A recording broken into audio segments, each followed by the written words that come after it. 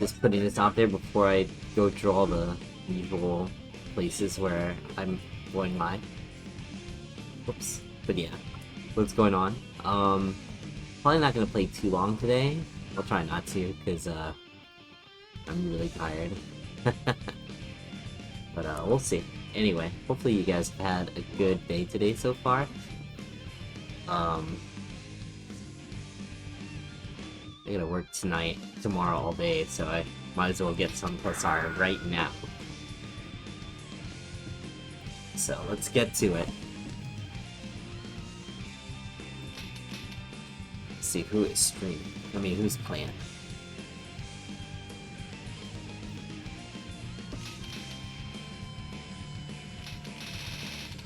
See the usuals. Who is playing what? Oh wow, Shoddy's there. Shoddy probably knows.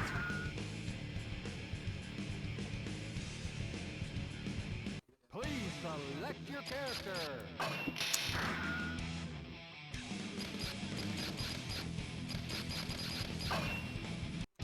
Hey, Neutral Fake, what's up, man?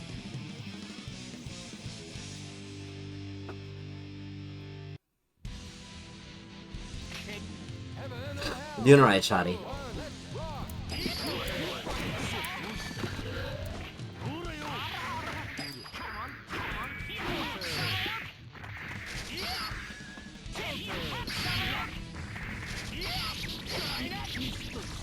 Ah, come on.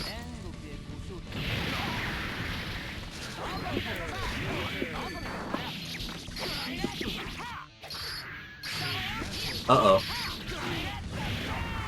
Dang. Already got hit.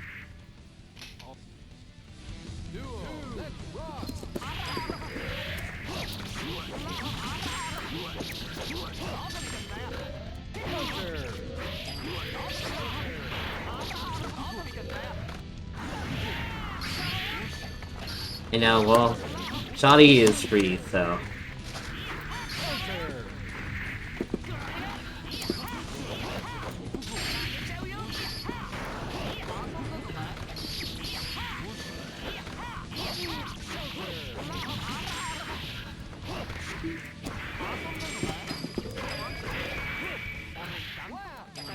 No loot, nothing.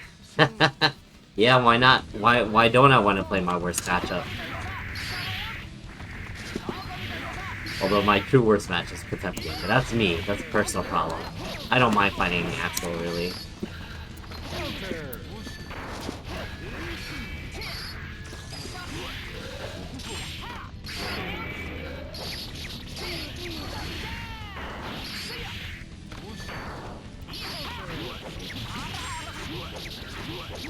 How you doing, Tight Talks? You doing okay? Hey, yo, every night.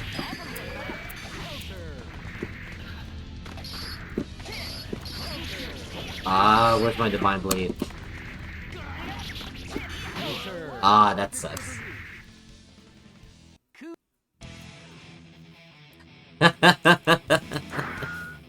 I never had, like, it... Testment's annoying, but I feel like, Johnny Testament isn't, like, horrendously bad, like, where I can't touch anything. I think Zappa's way worse. For at least character matchup. But, like, if we're talking about, like, general tools to make my life miserable, it should be Axel, you know?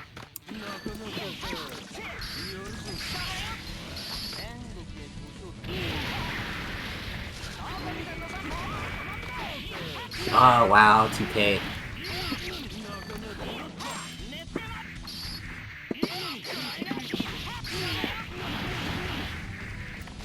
No, I got thrown.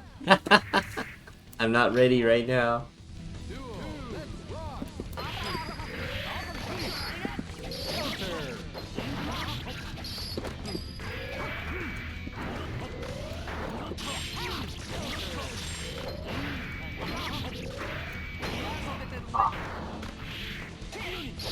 Random life stuff, yeah.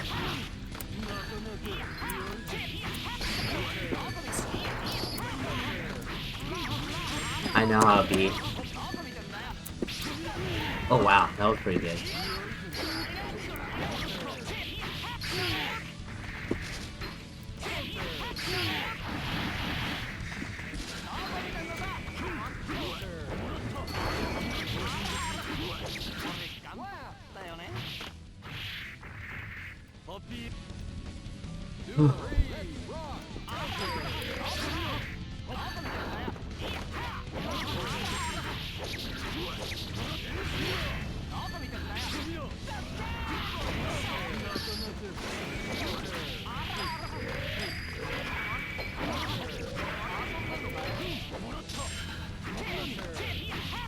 Oh wow, what a jump in. No, come on, I saw it.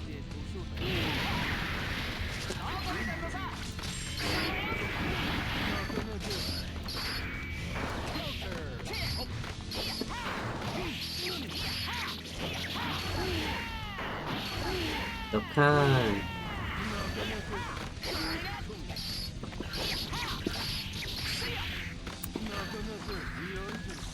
Ah, come on.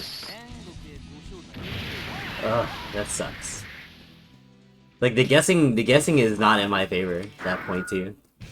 Like I press a button, could do either the low doesn't reach or like most of my mids that will reach, like the counter can get through.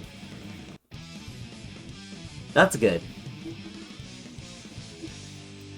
I mean, there's a lot of footage of Soul kicking my ass on my YouTube, on my VODs, thanks to Jason Riot. So there's always that, but you know, it's like there's just a lot of Souls in general that are pretty strong. Like I think the biggest thing with Max is I think he doesn't watch too much play. I assume. Because there's a lot of stuff he does that most other Souls don't do.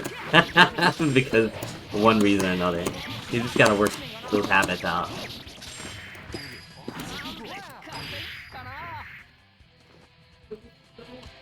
I need to watch that mod though. Let's see what he's up to.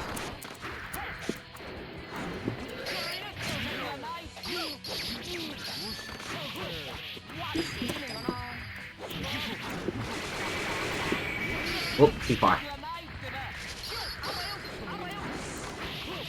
Stop it.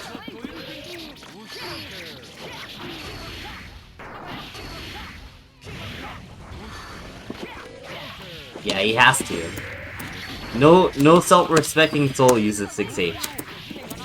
You'll never see that move out. Like it's not even a tool in his kit at high level.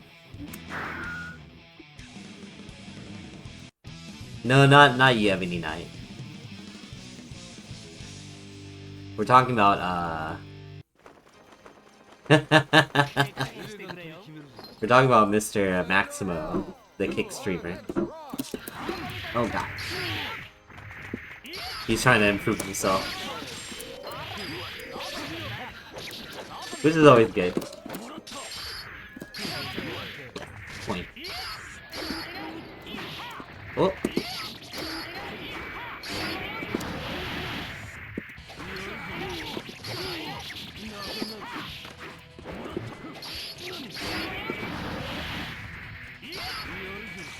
Ah, come on. 5K? For Soul? I mean, it's in general, it's just really strong and, like, just really dumb, yeah. Every other button for Soul is, like, super good. In one form or fashion.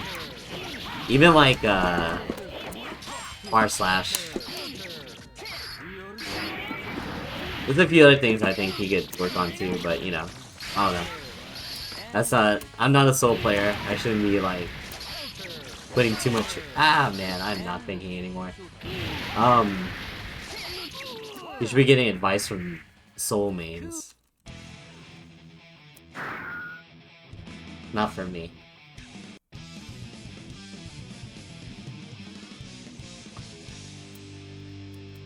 All I am is a Johnny player that's playing mobile games on his spare time.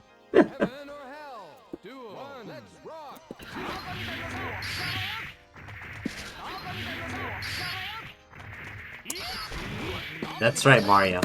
Exactly.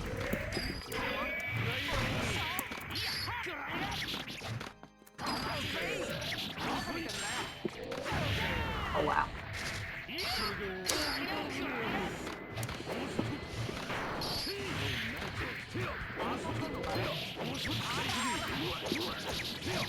There's a few Viking players. And also, you know, there's a +R Discord. I think those guys, like, they play the character a lot. But I think generally, what was it, Enoch, ggac+R, and Terragort are the ones you want to look up for Viking.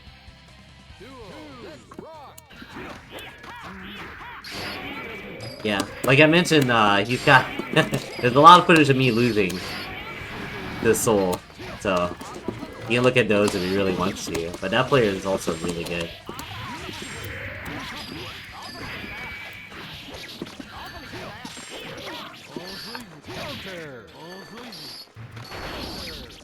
ggac+R is very good, yeah. But he also plays like, he loves playing Anji plus Viking.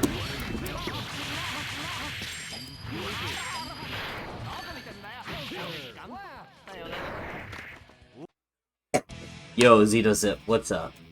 Whoa, mama.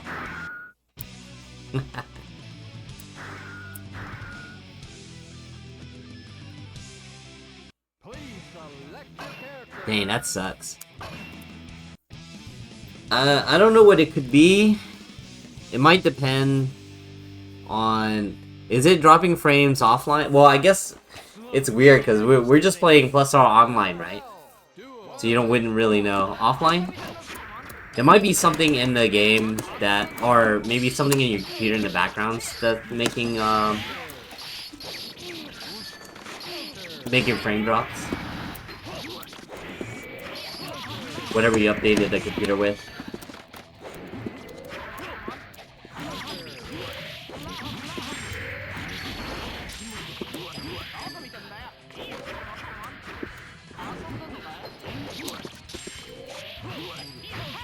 Man, what am I doing?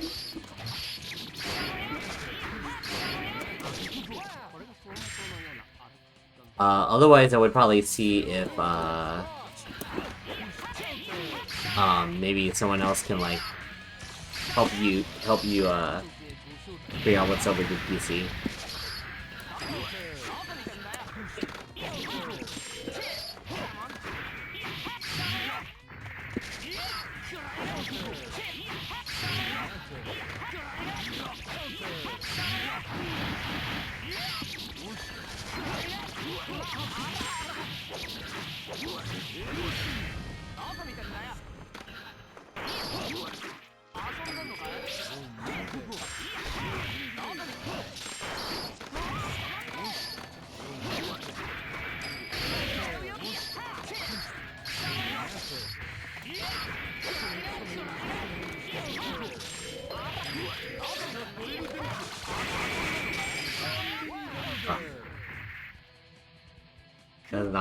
That was not a good trade.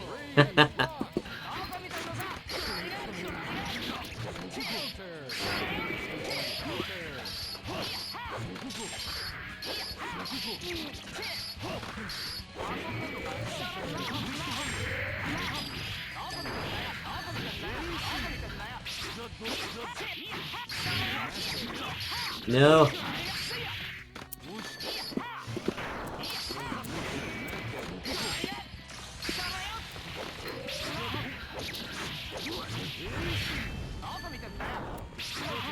Oh my god.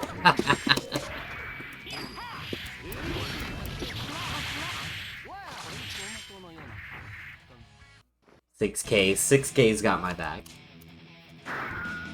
If no one's got my back, 6K's got my back. Literally.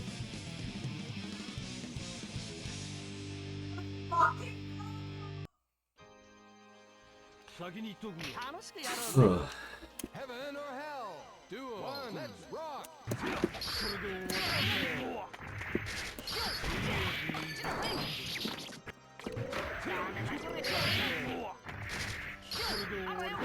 Oh yeah, that doesn't work. I don't know why I tried to.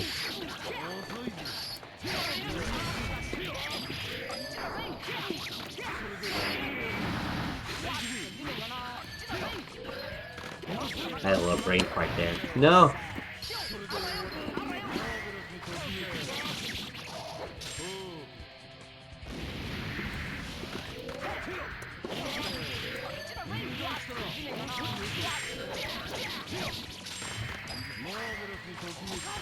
I'm gonna do 3 coins. I got super.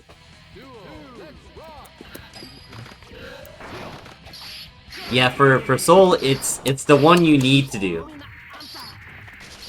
Like out of all the ones that you want to learn, that's the one you need because it opens up so much of his pressure.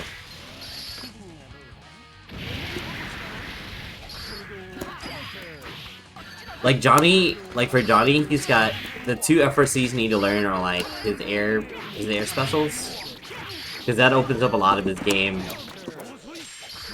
in the air. The other ones are like kind of fringe, like tricks you want to pull out every once in a while, but not stuff you need. But a waifu tier list? I don't know about that. Simply Skeptic, thank you for the raid. Hello Raiders, how are you guys? I don't think the world's ready for my waifu tier list. And it'll just be like ones that are my taste. It won't be ones that people like, so I don't know.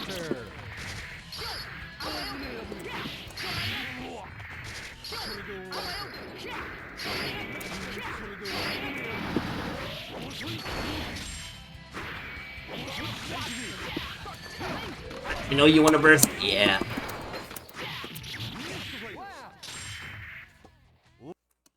No, man. All waifu tier lists are just like, oh, this chick's hot. I'm into this. You know. That's waifu Johnny.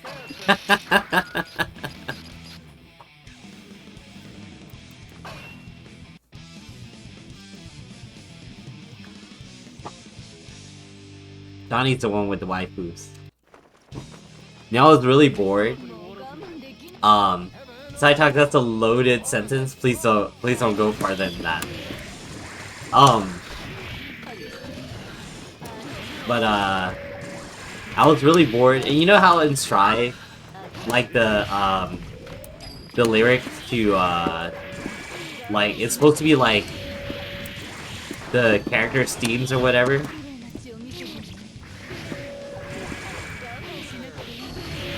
I see.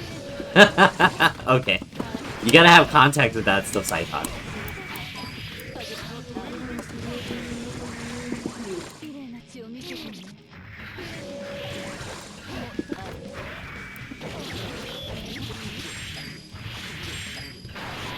So you wouldn't be down for a girl cosplaying as Lucy from Cyberpunk?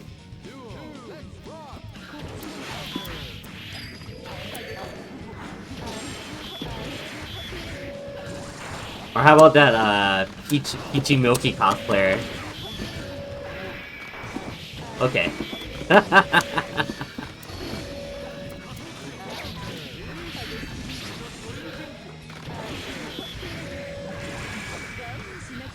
Yeah, she's more boy now. I don't know, I feel like, I know when they were making her, that, like, they kind of changed her personality, like, halfway through. It's kind of weird. Like, they made her, like, super crazy in the first episode, and then they kind of just changed her up afterwards. Ah, man. Yeah, Lucy's, mostly, cybernetic, right? Of course she's not real, duh. Doris? Is that the one with the face mask? Can't remember. It's been a while since I watched it.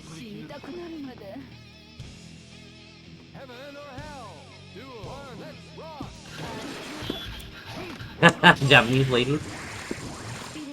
Oh, the big one.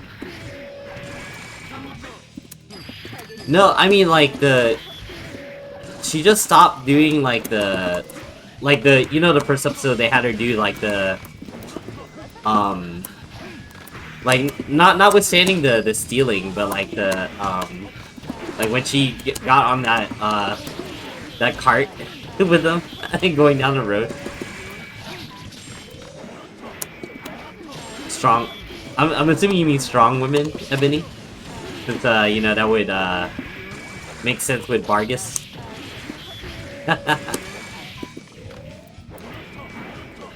I see.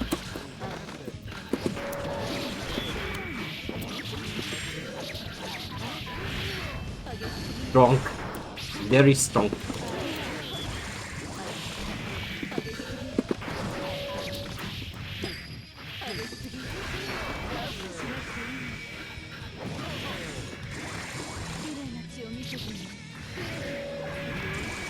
All good. For me, it depends on the game and my mood at the time. Like in some games I like the clinically insane women. In other games I like the not so insane women. Just depends. You know, surprisingly, I'm not like attached to any of the females in here. Which is kind of crazy when you think about it.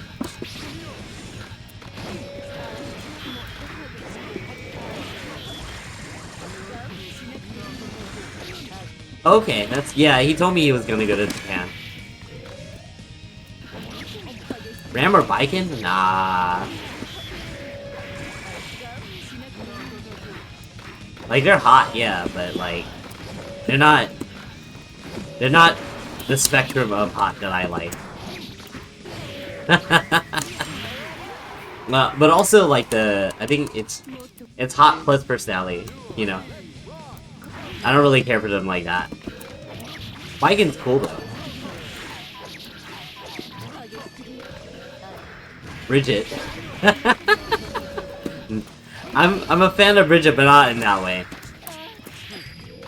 I like Bridget the character. I'm not a fan of the other aspects of Bridget.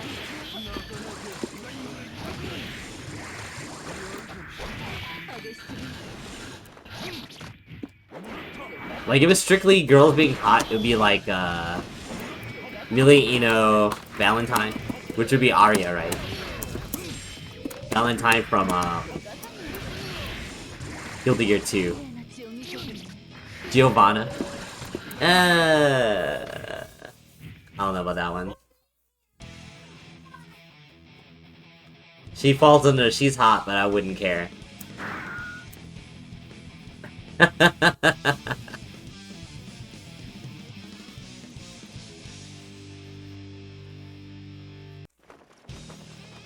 Giovanna, just diet Jam.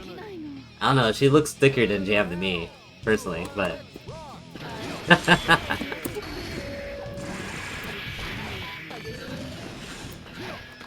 But yeah, I'm not like super attached to like outside of like the designs and how cool the characters are, I'm not like super attached to girls in Gear. Which is weird.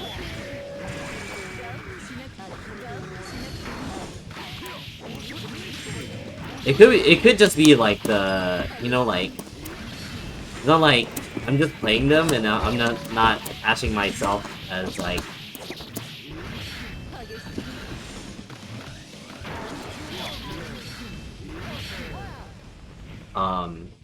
like that type of way. Jam? Well, no, Jam became a bum because she's trying to get money quick. But only because her restaurant got burned down.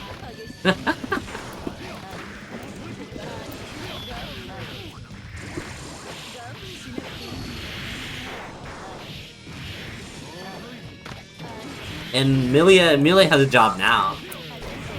She's head of the guild.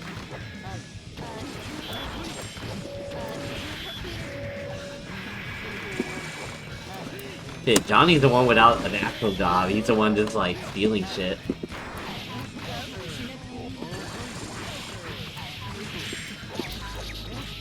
The closest to a real person.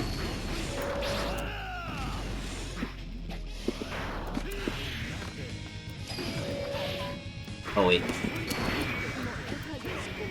Dude, I gave that match away. Johnny, I guess if you wanna call it that, yeah. All the girls on his ship are orphans that he saved. OG Guilty Gear? Guilty Gear XX?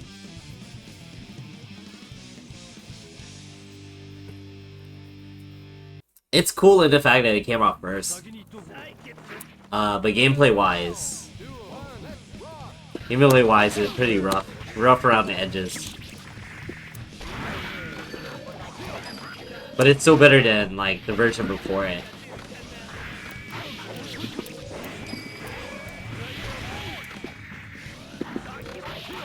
Yeah, after that, they were running off the trend of updates to games, making a lot of money.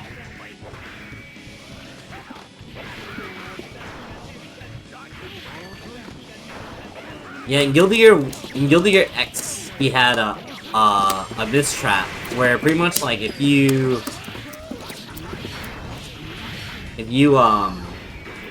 get a coin and you hit them with a misfinder, you pretty much won. 1.5 was just an experiment with the Thomas Wave. They were just trying to mess with the system to see if they can do stuff with it. Well, no actual triple X. That's what Xrd is. People were trying to figure out if that was gonna be a thing. And then they went with Xrd, and I'm like, oh, okay. Hi. I mean, I'm sure they thought about it. Or at least someone in the team, because they had some English speakers over there. I'm not into those games, so I have no idea. I didn't know BlizzCon was going on.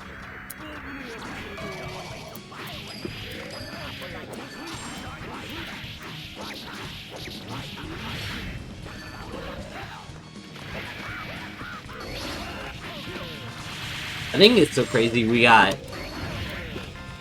Thrive. You know, they put the Thrive IV with where the 4 is. That's crazy. Less sexual harassment. Can you imagine that? Blizzard with less sexual harassment.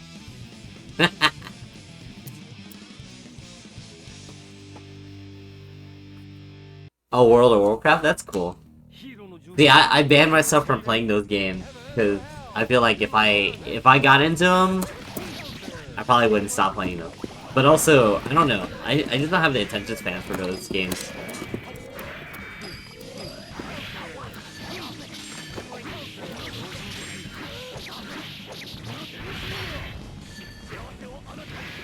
Did I play Johnny and Xrd when it came out? I played all the games, you know? I've been around the whole time.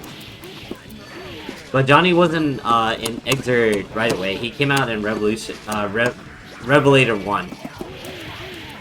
So I learned Venom in the meantime. He wasn't that great in the first version.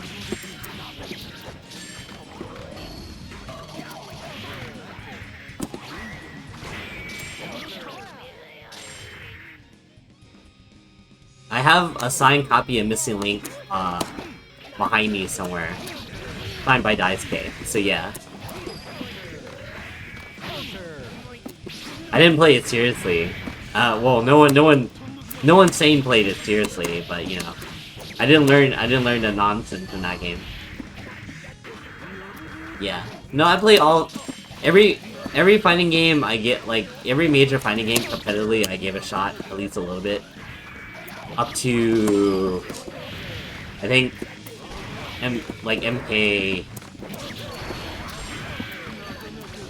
MK9 maybe, and that's when I was like, alright, I gotta pick and choose this shit.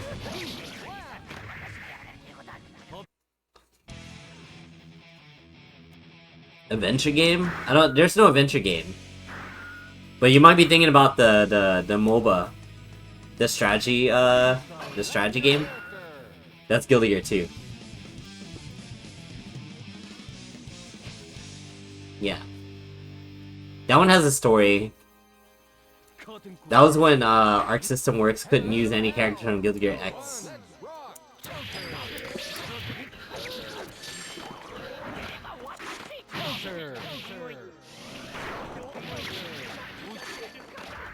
Okay, that's cool. Yeah, good old Sega. Well, I mean, they could use it, but it would cost them so much money that they wouldn't make money off it. And what Sega did with the property, make action figures and pachinko game, parlor shit with it, I think. Yeah, that's why they made Blaze Blue. They need an IP of their own. That wasn't linked to Sega. And then, like, in Guilty Gear 2, they couldn't reference any characters from Guilty Gear X. Just Guilty Gear, like the first game. That's why the roster is very small. And any character from Guilty Gear 2, they had to vaguely mention, or, like, not name them at all. Like Dizzy. Anytime they mention Dizzy, it's the Maiden from the Grove. And it sucks because it's like, that's Sid's mom, you know? Like, they can't even say his mom's name.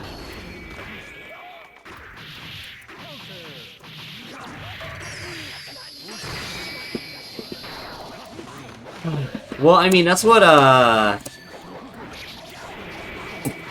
people that make IPs that are owned by bigger companies have to deal with all the time, everything.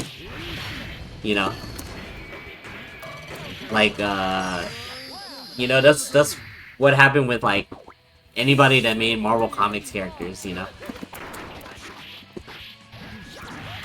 Blaze Blue waifus? Who's your Blaze Blue waifu?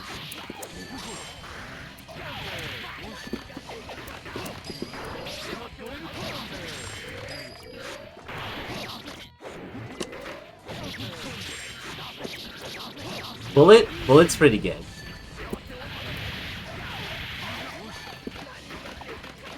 Noelle? I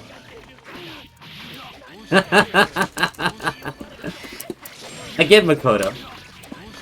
Definitely get Makoto. I was when I cared, I was a Tsubaki fan. I even have a Dakimakura of Tsubaki, the official one. Oh, Max likes mine? Nice. Butt floss buddies. Buddies. Okay. Nah, I like Tsubaki. That was before I decided, yeah, I don't feel like playing Blaze 3 anymore.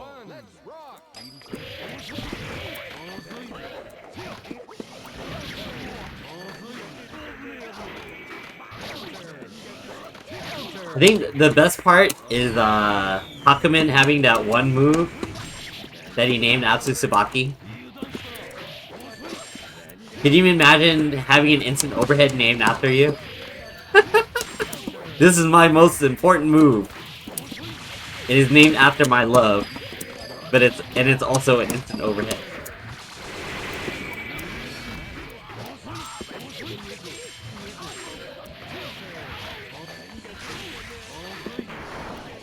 Yeah, yeah.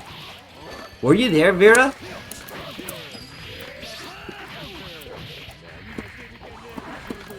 I wanted to go to it, but I think that was when I stopped being able to do. Nice. Calamity Trigger? No, they had it for, I think it was Continuing Shift. I don't think it's for CT.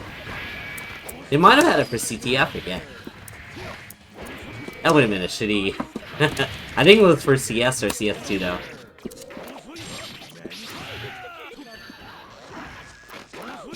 I was pretty close friends with Ryan Harvey, Kuberta. Yeah, Overture is funky, but it's got good songs. The actual Daisuke soundtrack songs.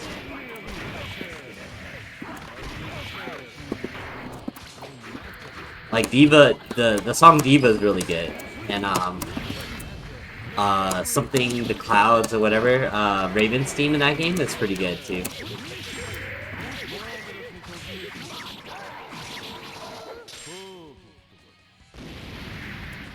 Actually, all the songs are good. I mean, the Holy Order Soul, the Kai song Holy Orders, the violin version, it's from this game. They just took it from that game. Whenever they had the excerpt one where he gets his hair undone. It's from that game.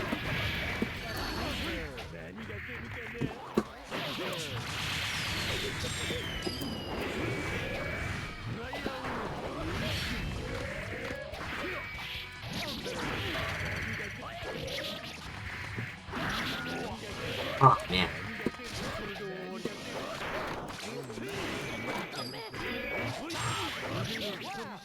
Eddie's team?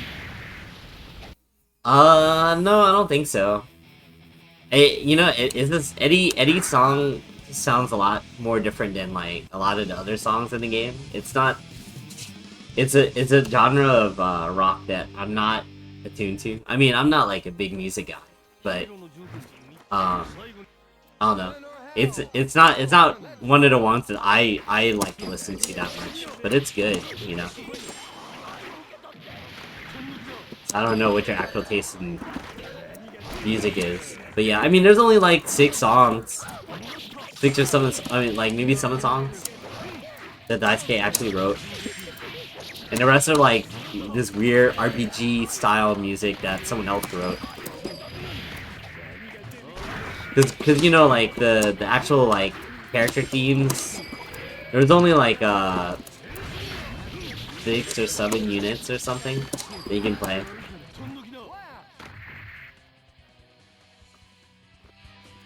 You know, I don't even remember some of the songs in that game. You know they had like I remember Azuna's because that was just like, you know, Japanese instruments shit. Chrono Trigger.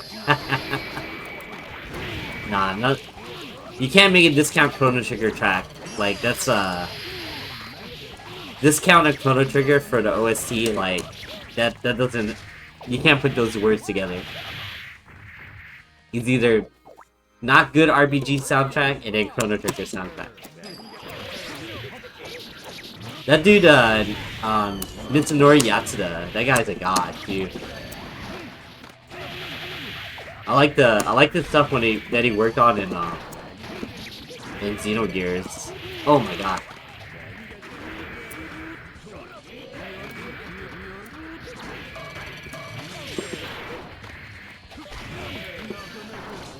I don't know how this is gonna be like that.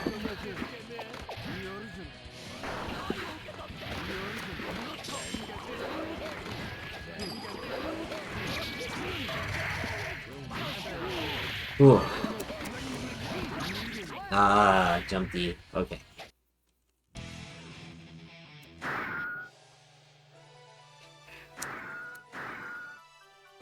But yeah. Please select your character.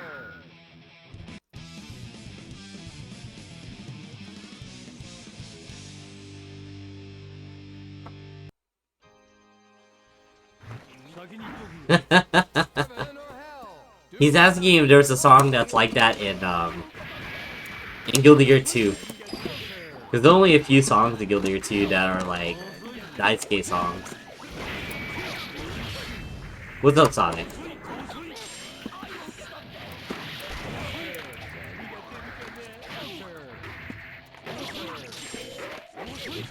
But I mean, it's like it's a strategy game, you know, like. Drop the set. Oh, in BlazBlue, right? We're just talking about BlazBlue waifus.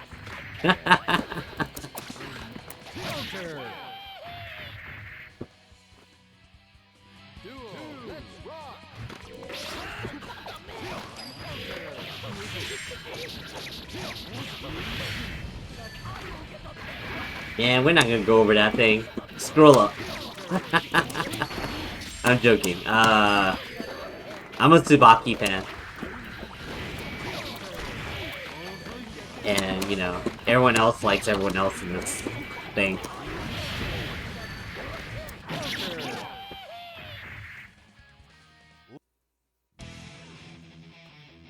I mean, you know, it's actually, sometimes it's better to just skip the food or whatever. Because, you know, like, the longer it stays out, Faust can't throw another item for, like, a few seconds. Until he picks it up. Or someone picks it up.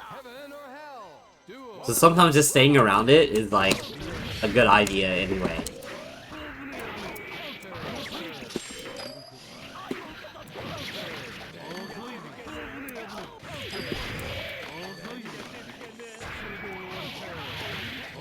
Big Blast Sonic? Hell yeah.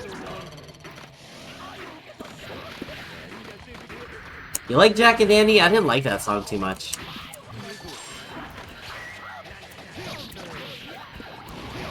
I think having You Got Eyes in Your Head is a lot better song for Slayer anyway. But I think I'm not the hugest fan for X-Ray soundtrack, but I'll still listen over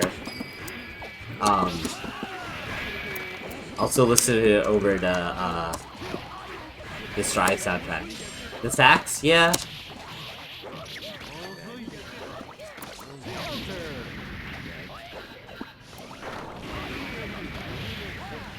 Getting Down to Business, hell yeah, that song's tight.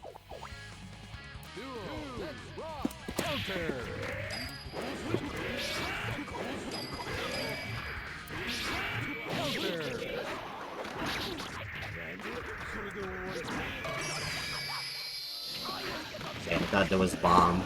It's kind of sad.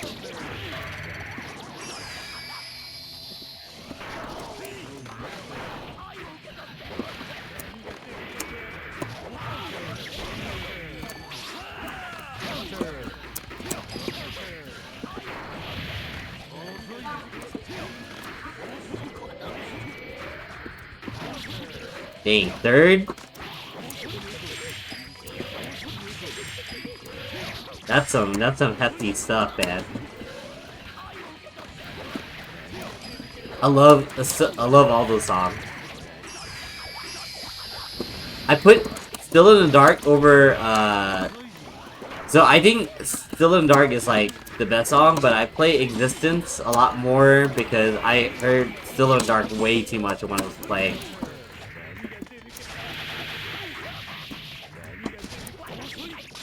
They like made it like the theme song for offline tournaments, and I'm just like, man, please. Nah, I don't play an instrument, unfortunately. Robokai's team? No, that song is amazing.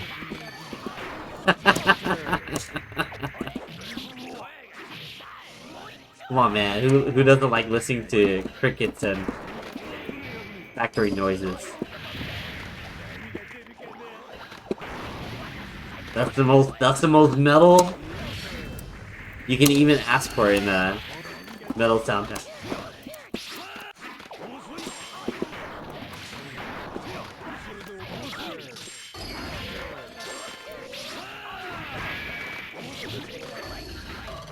Yeah, but that song doesn't count. They just put that as like a thing.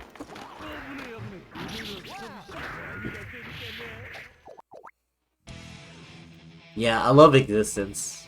The startup is really good. Dang, I accidentally opened Twitter on my phone and like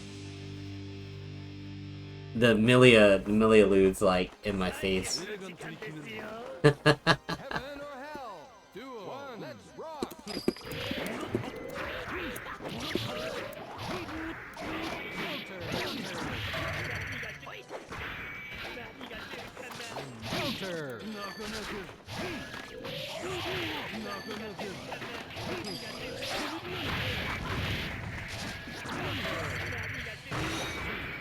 Kind of hard to use any of the Korean soundtrack because the guy passed away, unfortunately.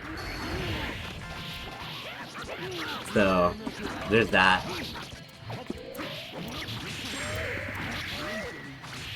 But, you know, it exists.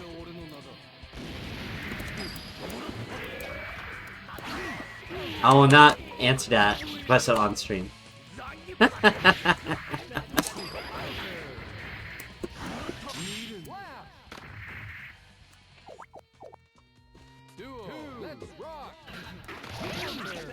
No, I'm joking. I totally did.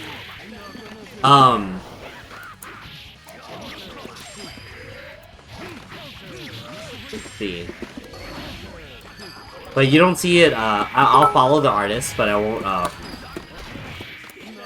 won't retweet that stuff on my timeline because I'll need everyone like I'll support artists, but I know there's a lot of people that don't want to see that on their timeline. Super Billy Jilly, man, hey, that's a name I haven't seen in a while. Thank you for the bits. Muzo Miko, thank you for the raid. Hello. Hello Raiders, how are you guys doing? My name is Stone. I play +R for the most part. It's the majority of my streams. I do like fighting games in general. So, you might see me play a game here and there that's not +R, but this is the majority of my content. Hopefully you like Johnny. Otherwise, you know. Oh, Akai, hello. How's it going? Thank you for the follow, Buzo.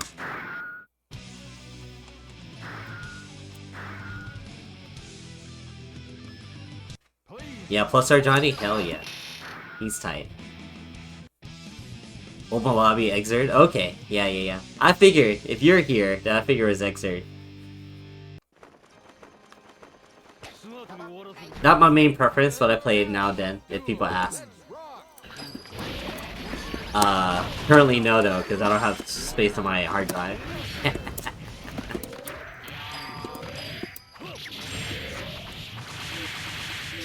+R is my old man game, so.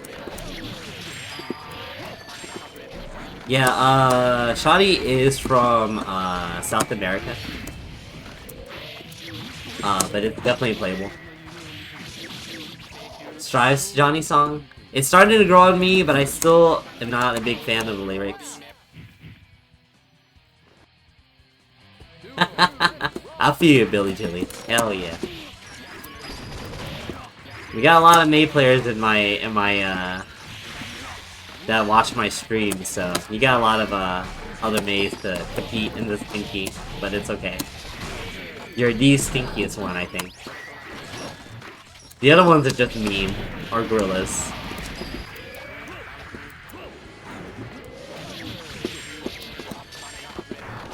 Ah man, I messed up. The biking song? I don't remember her song. All I remember right now, off the top of my head, was like, I think the one that stuck in my head was like the Kai song and like the Millie song. Being a main is a personality trait, I think. It just ended up being like that, unfortunately.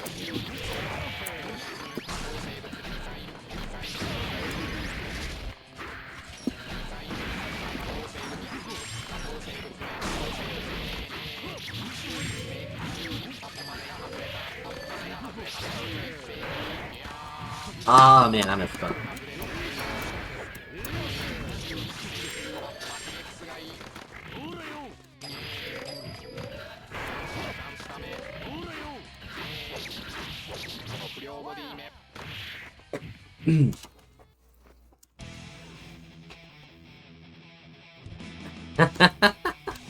Well, ABBA has a lot of fans. Yeah, that was a wild sequence. Sometimes you just play the game and stuff happens.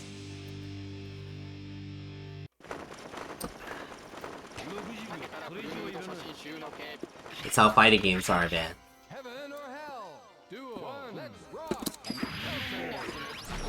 Uh-oh.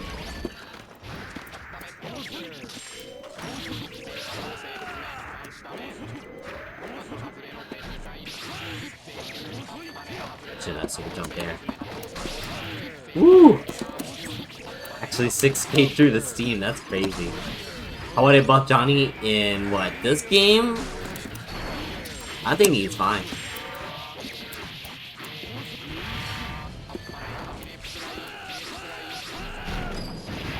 He would be one of those characters that like...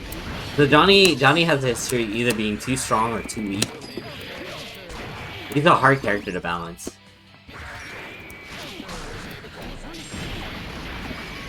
You know, like the very first version of Johnny, he had unblockable loops. And then they changed the whole Like, I mentioned this before in stream, but like, they changed the whole Guilty Gear system. Air throw gives it 1 coin back. So like Testament.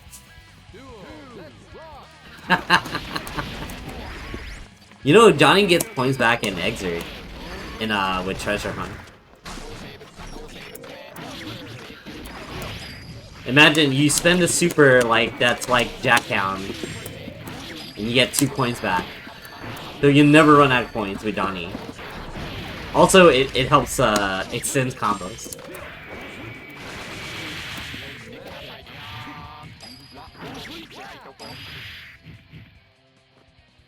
I don't know about air throw. I would probably make it something else.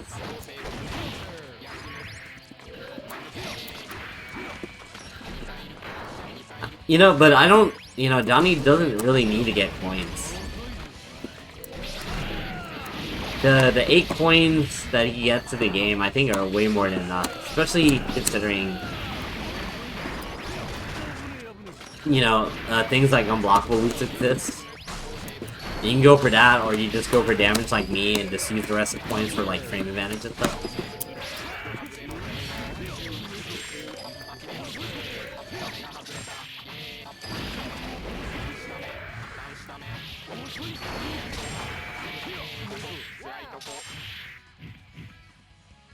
Yeah, Guilty Gear's tight.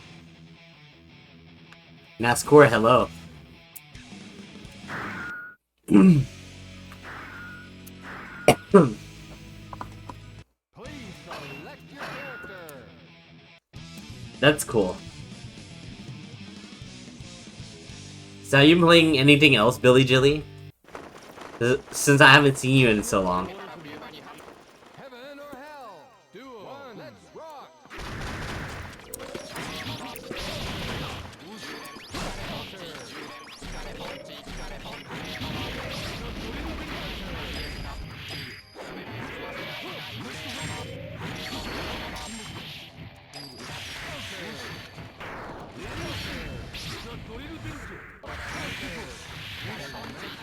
Well, yeah, Testament's a cheater, but you can call Maze cringe. That's perfectly fine.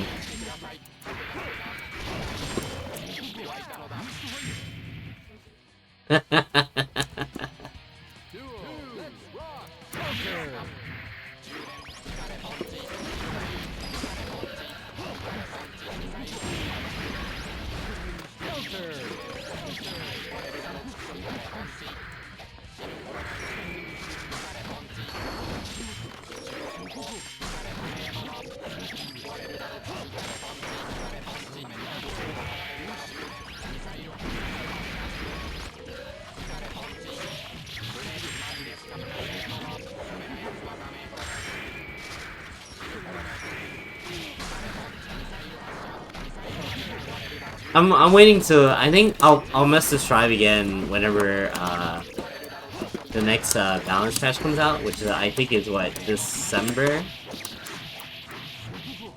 But unless they don't really change Johnny too much, then I'll be like, eh. Like the system mechanics they change, it's gotta be like drastic, which I doubt. They'll probably change something with Wild Assault, and then they'll mess around with the balance a little bit.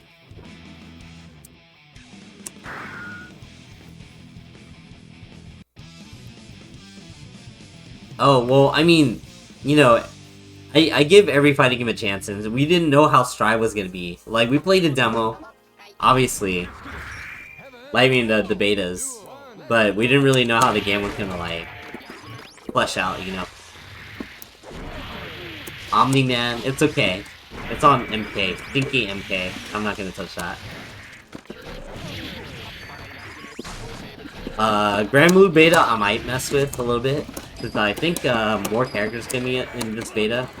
I don't think Nier's gonna be in it, and that's who I want to mess with. I did play Arcana Heart at one point. You can even find footage of me playing.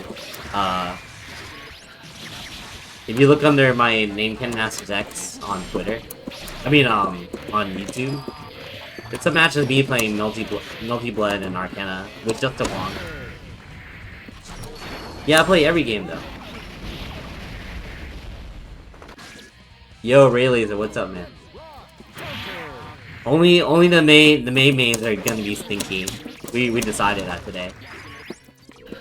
Yeah, but Arcana Heart's really good though.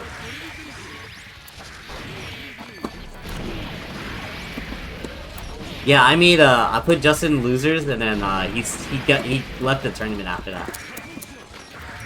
But I mean he was like he was playing in like 8 or 9 tournaments. And whenever he got put in losers, he's like, it's too much trouble to stay in the tournament, so I'm gonna DQ myself.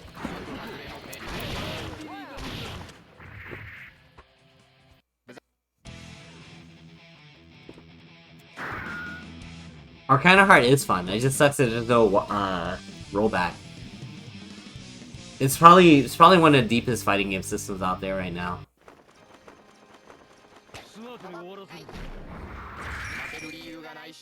Heaven or hell. Duel.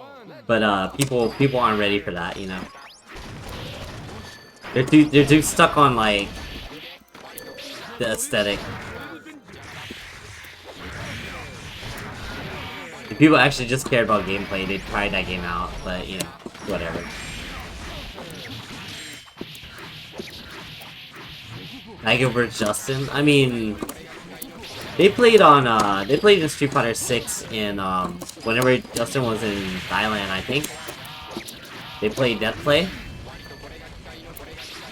And Daigo read the shit out of him. But he's super into 6 right now. EX plus Alpha. I like EX2 and EX3. EX1 is too jank. I mean, 2 and 3 are jank, but they're not as stiff as EX1. He's talking about Street Fighter EX1. They just call it plus Alpha on PlayStation because they added like Sakura and some other character. Yeah.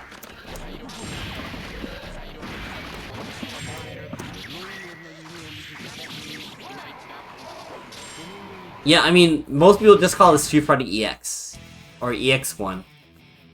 Plus Alpha is just like the console PlayStation 1 version of the game.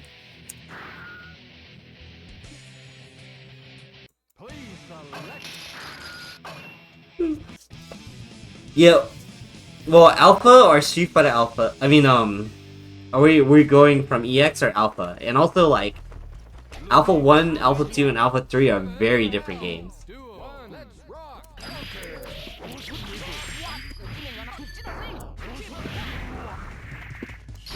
Noctis and Tekken 8. The Colonel? I was not, like, he looks cool, but also I was not impressed with his kit. I was looking at him like, alright, there's Noctis, Talim, I mean, Noxus, Taki, and like some other stuff in his kit. I'm like, alright, cool. Hell no, why would he be in Tekken 8? He's not relevant anymore.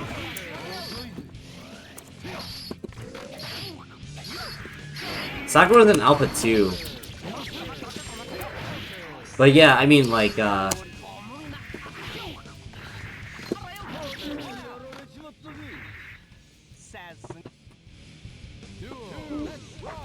yeah, Street Fighter Alpha 2, like, I think for traditional Street Fighter 2 players, like, they like that game better. But Alpha 3 is actually really closer to an anime game.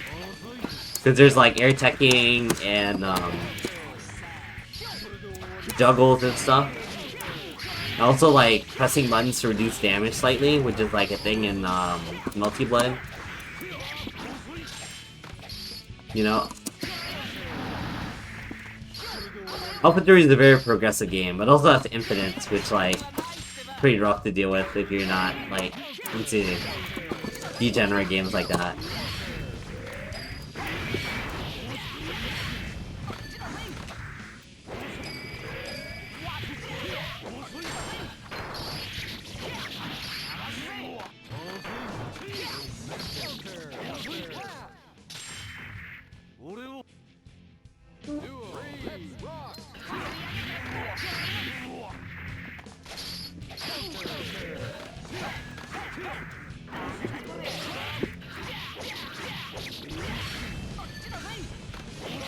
Oh yeah, EX plus Alpha Bison. Yeah, EX against Bison, like the boss version, is always really, really crazy. But he's so tight. He's so tight in those games.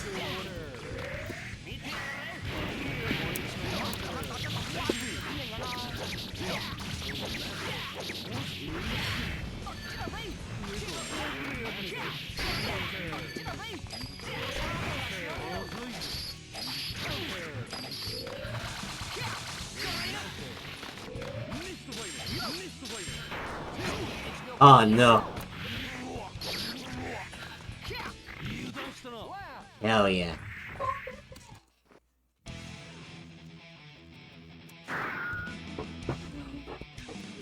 Man, I just had a big meal before I started the stream, and now I'm like really drowsy. CVS 2? Of course I have. What person that was alive during that era would not have played that game? That's crazy. I haven't played it in a long time, but I used to play it with some friends. Occasionally. And we have a hardcore scene for that game here in Houston. Oh man, that one... That port's not great. There's like a lot of lag in that one. Most people, they play CVS 2, they play on Fightcade. Because the emulator they got on Fightcade now is like really good at emulating Naomi games.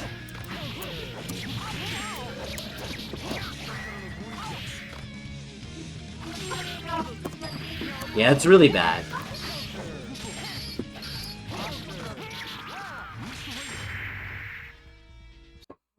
PS2 disc, yeah.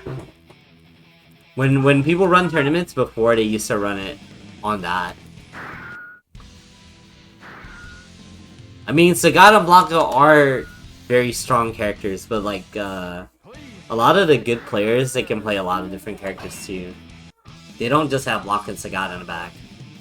There's also a Bison. Blanca, Sagat, and Rock. No, that's one of the best players uses that team, but that's not the best team. Like, you have good characters, but like, you have the characters that are obviously strong, but then like the really good players, they can play a lot of different characters. SNK? You know, like King of Fighters, like that company. Cause in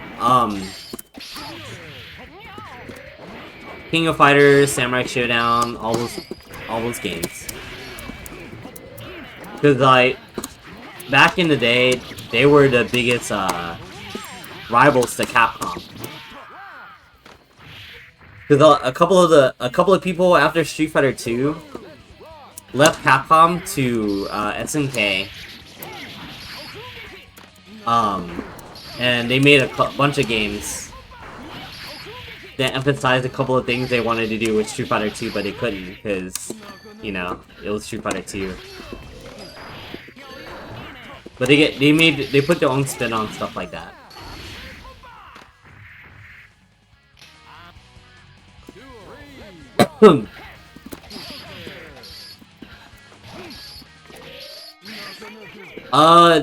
The 95% of the catalog is fighting games, but I'm trying to think of a non-fighting game you might know. Cause like most people know them for fighters. Oh, Metal Slug. Yeah.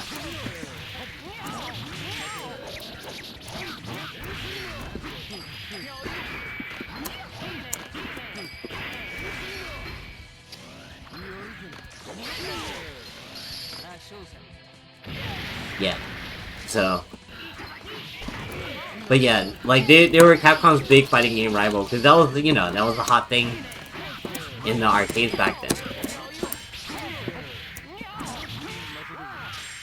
So they were like the direct competitor to Capcom. Without competition, you wouldn't have a lot of different things. Like even super moves came from Fatal Fury 2, where if you had low life, low red flashing life, you had a super move, and they didn't have super moves before in that game. I mean, in fighting games. Well, there's that and Heaven or hell. Duel. Let's rock. Art of Fighting with they had a hidden super as well. Those games, like a lot of things SNK did to revolutionize fighters. I mean, even a lot of SNK staff worked on went to Arc System Works. Even Daisuke came from SNK.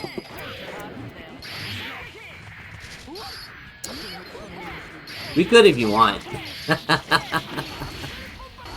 Although I think it'll probably just be me that knows about it.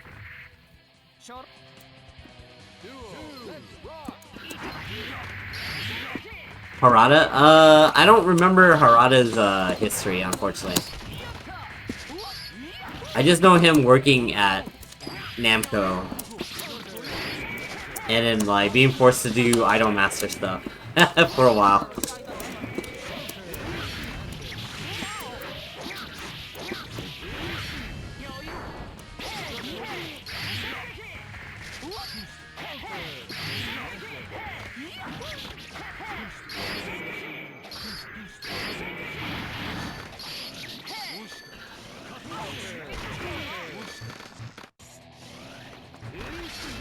Well, they wanted to emphasize the way Luke worked in 6, but the thing is he was made with, like, the system mechanics that they were planning with 6 in mind.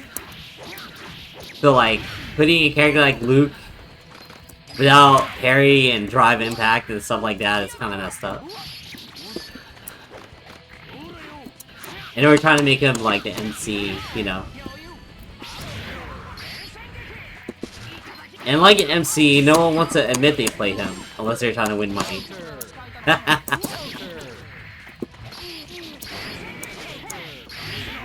I'm not a big fan of the Popeye arms. If it wasn't for the English voice actor, like, pushing for Luke to not suck, you know, like, he would be way worse off, I think. As far as, like, public perception. But people were already pretty much done with seeing him in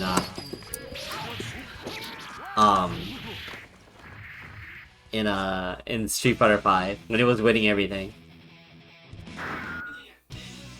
Thank you for the bits again, Super Billy Jilly. My CBS 2 announcer voice. This is the match of the Millennium 2001. Capcom versus SNK2. You know that announcer is very famous.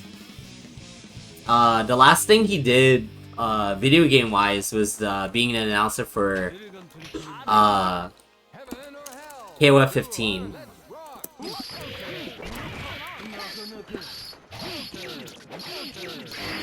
More emphasis.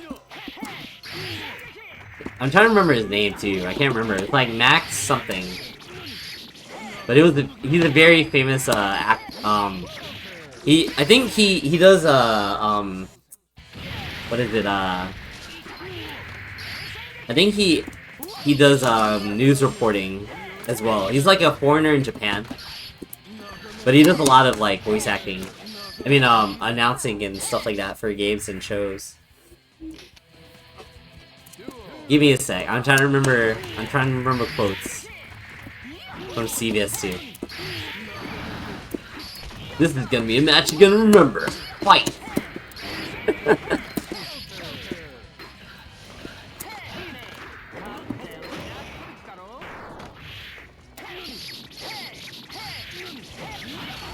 A UFC fighter chucking a sonic boom.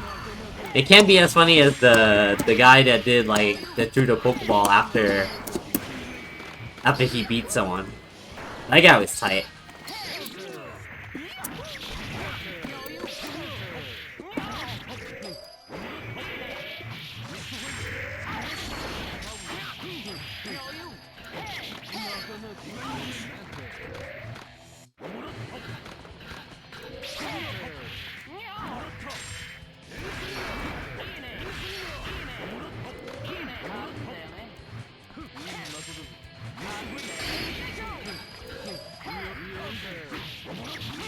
Oh man.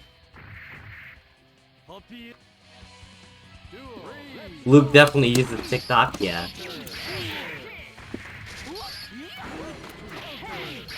He's got that dumb dance. Stupid Fortnite dances too.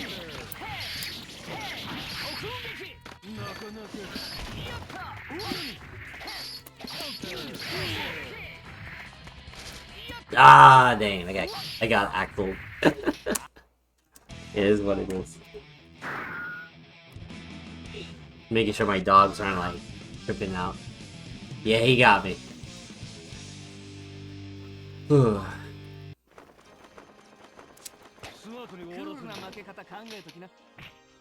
Heaven or hell.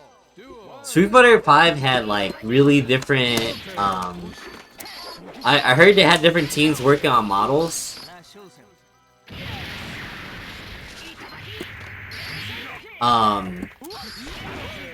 So like the quality of like the animations for some characters were really drastic. Like you'll have like this like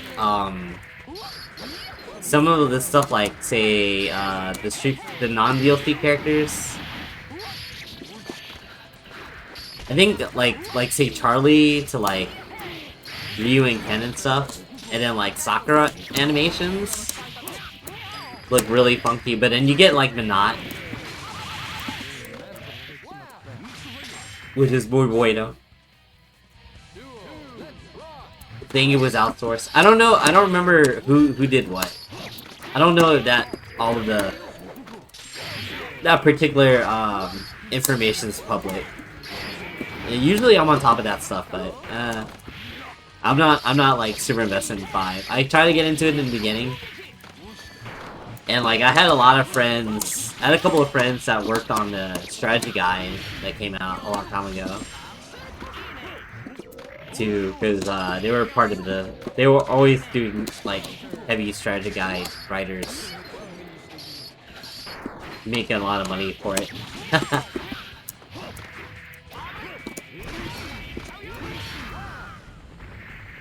Do I work for a gaming company? No, I just have a lot of friends in the gaming scene, in various places. Kind of crazy considering I haven't gotten a job there, but also there's you hear enough about game dev where you're like, man, I dodged a bullet there. I just want to play the games I don't want to be working on, you know. Is that it, Shotty? Are we done? Oh, looks like someone else challenged me. That was weird. It's like a froze up or whatever. The early copy of Grand Blue Versus? No, I'm good. Dang, that sucks, Shotty. Oh well, GG's. Oh dang it, Venom player? Heaven or hell. Duel. Let's rock.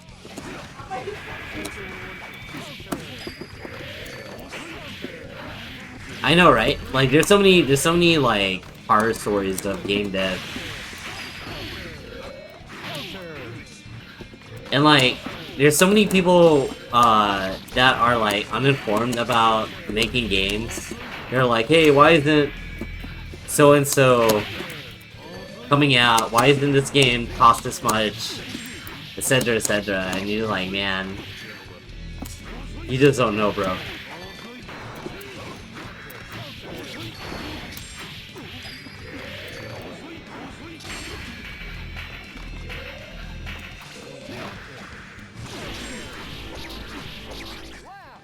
Ideas guy would be nice.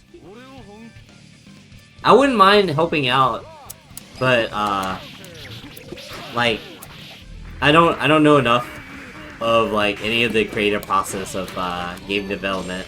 Like the only thing I could even do is like maybe basic game design stuff, and that's only like ideas. It sucks. Yeah. Like, but I wouldn't be able to help, like, in a meaningful way outside of that, which would suck, because, like, that's where the majority of the actual work is, you know? like even art, even the people drawing stuff to get like the cutting room floor of like to get started is like a lot of time and effort. Well, Toby Fox like does a lot of extra stuff. I mean, he does the majority of the work for the games too. You know, he's a music composer, and he probably programmed a good bit of the game, if not all of it. You know, and you know, Toby Fox even has he's even doing gigs for other companies too now. So yeah, being True Ideas guy without being able to do the other stuff is kind of like, that's not gonna happen. Yada ggac+R.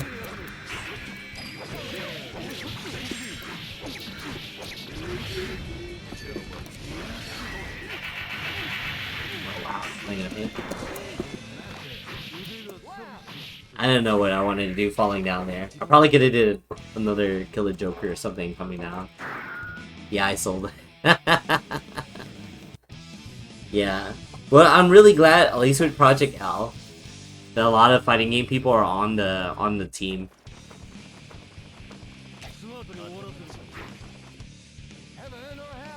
I was too far to grab. I was thinking about it too, but no, I should have did Kill a Joker.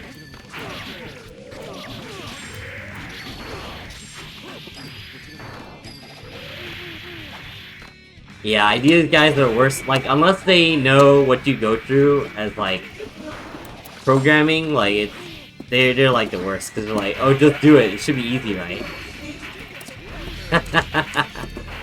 Bare minimum, they need to know what you go through. Otherwise, like, it's like, oh, hey, let me make a reasonable thing.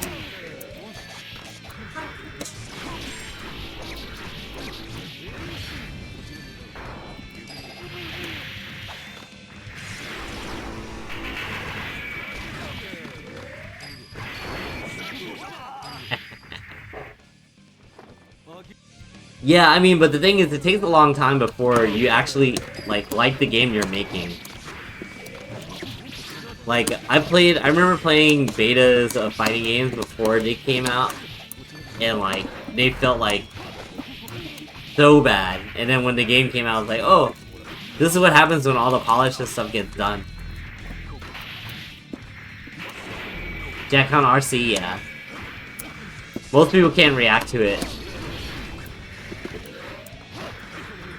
Or they know, like, if I do something too fast, like, it's a block string, so you're already blocking. So I have to, like, I take a small risk delaying, so they can, like, not block it right.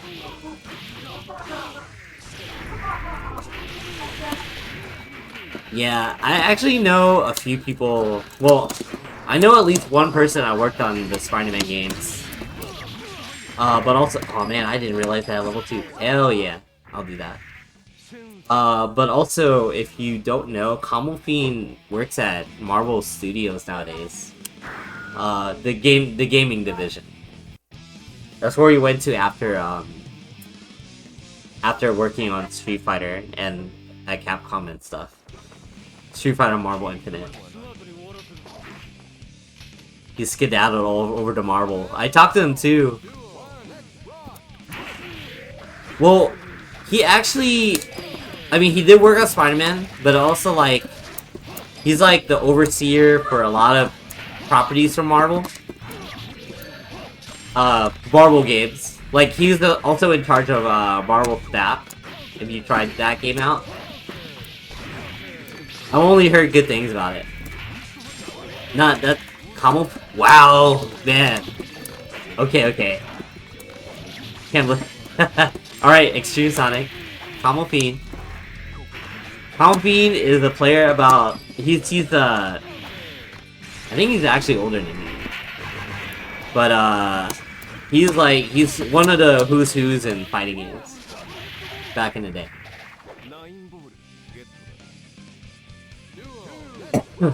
That's true side talk. I know the,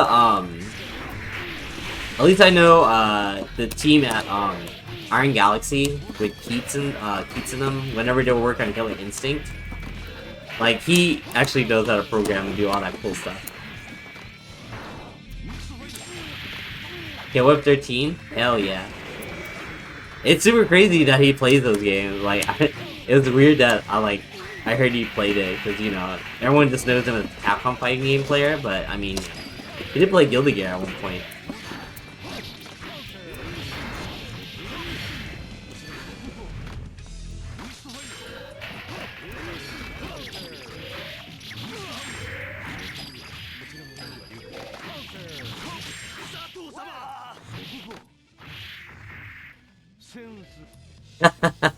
He also had a Marvel 2 team named after him too.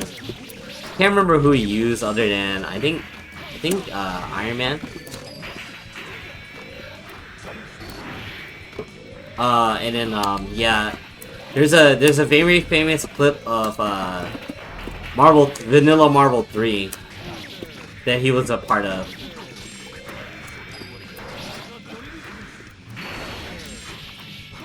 I think it was like it was Noel Brown. He was saying like bionic arm, you know, like it was a highlight video. Because it was one of the first Marvel 3 majors.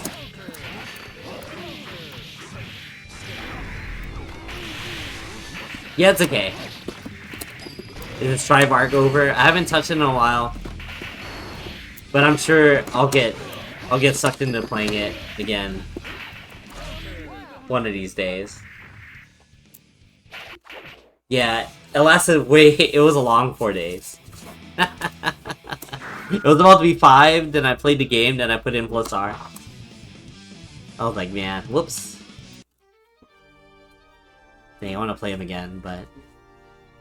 Why? Are you trying to get me to play it?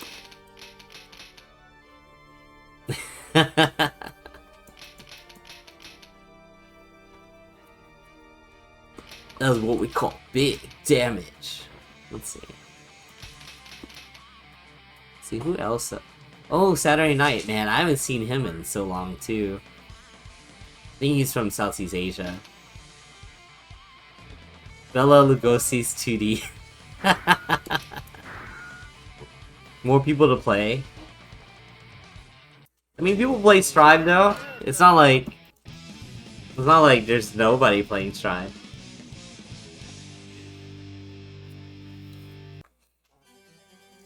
And Dante Kong video. Okay.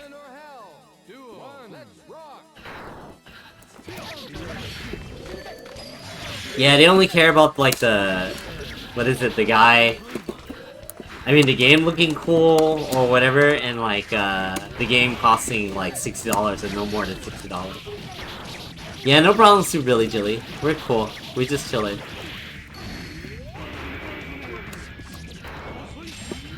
Like in the end, it's just me playing Guilty Gear, and then you guys like are lost for the ride, you know.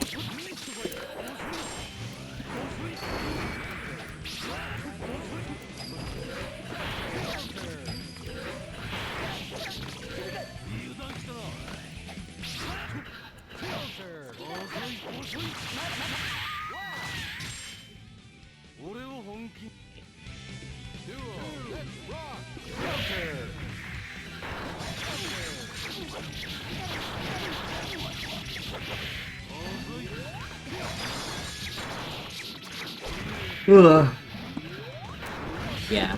Combo, that means you can do the combo into another combo. Super, but it's not a combo.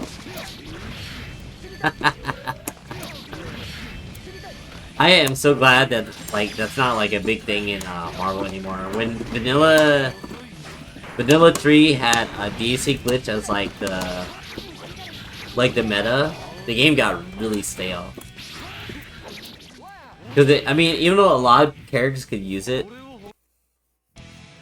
Oh, the stage, because it's so bright, right? Yeah. Ugh.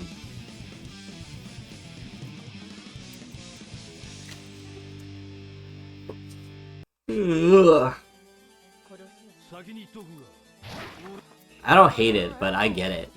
I get it. I get why you guys wouldn't like it.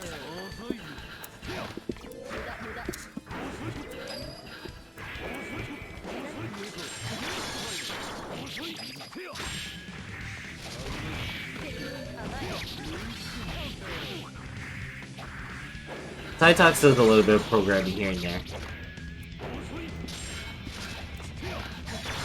No, so the DHC glitch, basically, the way you got it to work was that you put a character to a capture state, either a throw or a move where you're stuck, like Hypergrab for Magneto, and then you DHC to a move that didn't automatically hit them right away, like a move that makes them float a little bit, like Hyper Sentinel Force or Wesker's counter move, and they'll float up, and then the game unscales the damage. So you can do a half-life combo into a super, and you DC to your next character, and you can do a full life combo for 2 bars with like certain character combinations. That's the actual DHC glitch.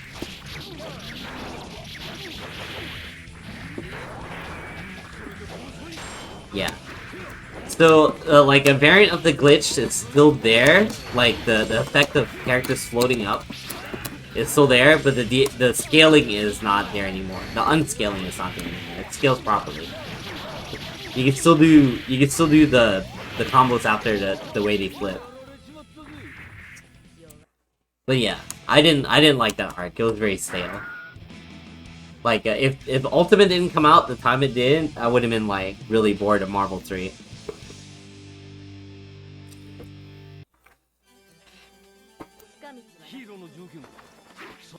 Heaven or hell? Duel. EA.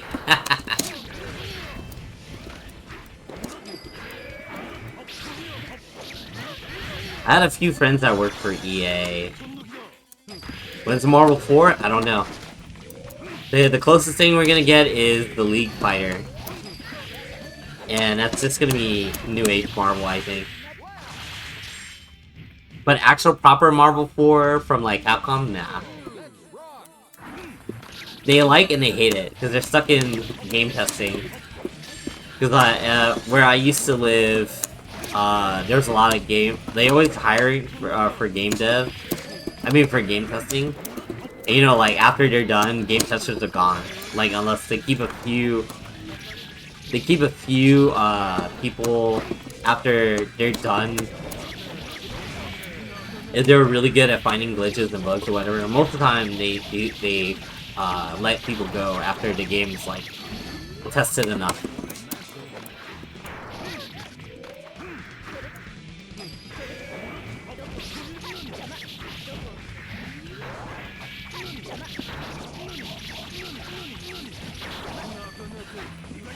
Well, the thing is, like, with games getting released, and maybe there's always gonna be glitches, but how many glitches that won't break the game get released is like the goal, right? Like, there's gonna be glitches and shit. I mean, you know, Guilty Gear has a ton. There's no such thing as a glitchless game. There's a bug somewhere, but how well they hide it, or maybe they do something like make it a feature or something. You know, that's the trick.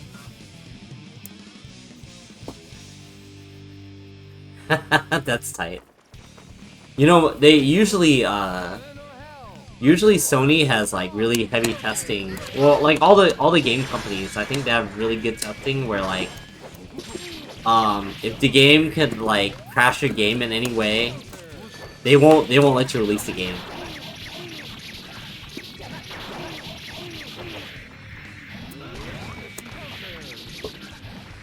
Like all the major companies have guidelines. I think Sony has like pretty strong guidelines, and so does, I mean, obviously Nintendo. But like Nintendo has like their own in-house testers that do all that stuff.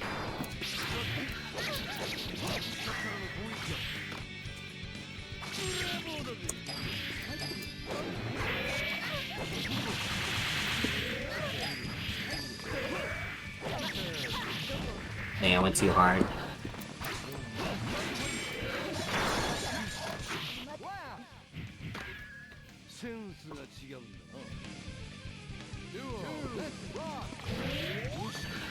Yeah, not so buggy to where the game doesn't look like it functions. It doesn't function like that last Pokemon game. I think was really buggy because the game came out too quick. I think is what I heard. And it was like the first game that wasn't like the usual super really jilly. Thank you, thank you for the cheer again. I love it.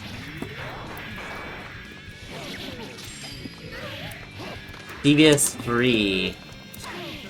What can I do? Give me an actual quote, and I'll try to make a.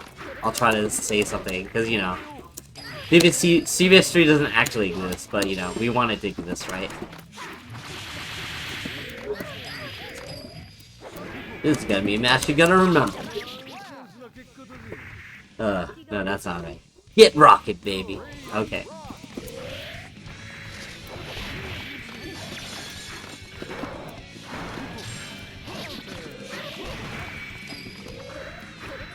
Yeah, my roomie was playing a lot of CVS 2. He got really good. So he would play a lot of people. Now he's on the KOF 11 train. No, yeah. All records are meant to be broken. I forgot about that. You always see the character, you always see like the high score screen. I totally forget about that. You know what was really morbid? CVS 2 just hit Dreamcast like a few days before September 11th. And when September 11th hit, I remember going home early and playing that game because we went home. But I didn't realize how like big a deal it was. Like my teacher turned it on TV, like because it was on all the TVs at school. But I don't think I understood the ramifications of 9/11.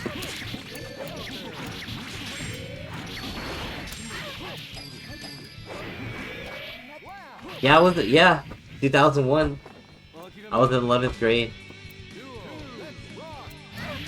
Oh yeah, that's right. Whenever you get a working computer again, Ebony Knight, let me know. We'll play something.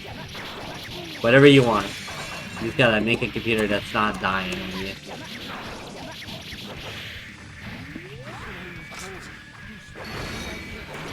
Joe, what's the CVS 2 quote? How about give me any of them, because I have a guy that keeps giving me bits to say CVS 2 quotes. You had to think about it?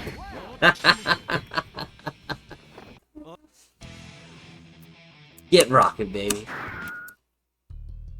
Let's see.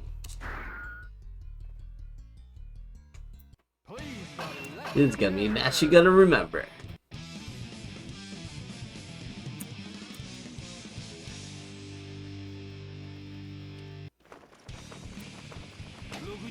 Heaven or hell? Duel. Let's rock.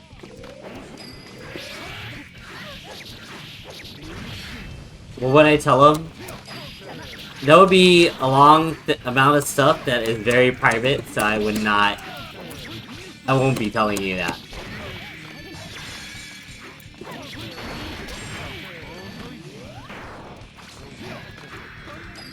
You're in preschool in 01.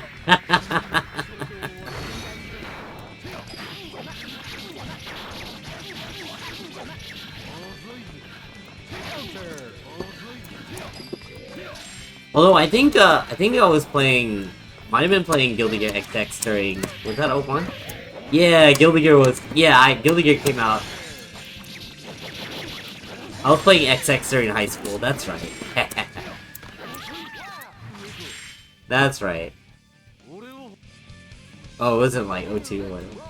Young still not to work at Domino's? No, Domino's was okay. I gotta learn how to make a pizza. I mean, they do all the hard work for you. I don't know, you know, it's funny that, I remember, I had, someone came to my stream, and he said they tried Strive, they didn't like it as much, but they tried this game. I mean, they played Strive a little bit, but then they tried this game, and they're like, man, the game's so sick. I don't like Strive. I'm like, dang, that's crazy. Because most of the younger players that just started, they're in rollback, like, they're Strive players.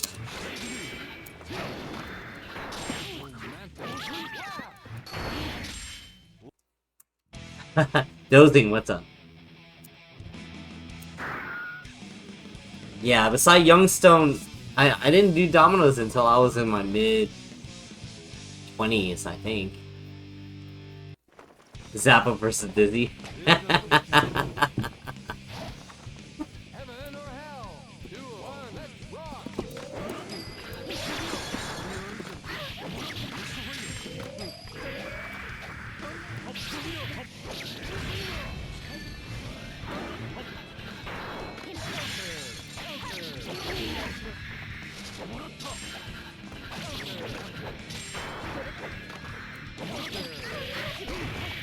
Strive taught you how to play Bay. That's only one way to play Bay. It plays very different in every game, I think. Like, overall. Like, the moves are the same, but like, the way you use her is very different. You're not really doing Tiltsugeki that, well, actually, no, you do still do it a lot. But the goals are different.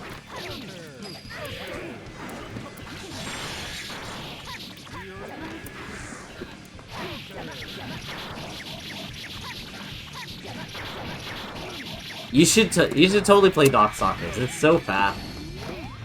Super fast game.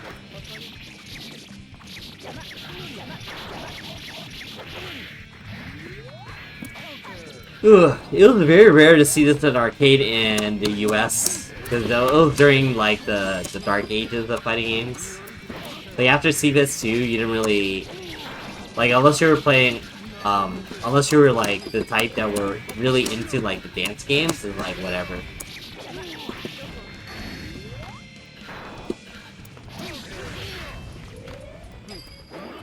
What was the FGC like? I mean, it was just kind of starting to gel together, unless like you were in the big hotspots, like New York and Cali, or like you knew certain people in the big cities. You didn't really have one. The internet coming out started like getting a lot of people together, which is really cool. But it was still really rare to get people to like go out of their way. But you had to, because netplay didn't even exist. You know, we didn't even have bad netplay. You just had zero netplay. So you have to go. If people say, "Hey, we're gonna meet up," we're gonna travel states to like play offline casuals with some people, like, people did that back then. And that was crazy. That's the crazy part to me. Because nowadays it's kind of hard unless you have a team that's strong already.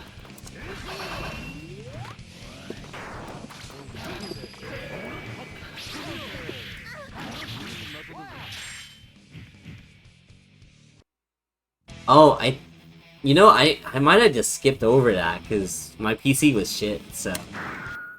I couldn't run those emulators. Please select your character. Ugh. Yeah, the older emulators, like, they were really weird. They're really hard to do stuff. Dude, I didn't even get around to doing that. I played Reload online once with, on Xbox Live. But Xbox. The original Xbox. So bad.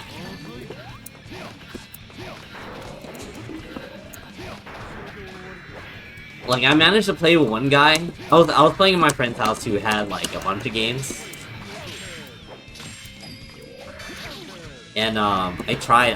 I found the 1 out of 2 people that played it online, and he's like, "Yo, can we play again sometime?" Like, sorry, dude. I was at my friend's house and he let me try this, but yeah, this isn't my account.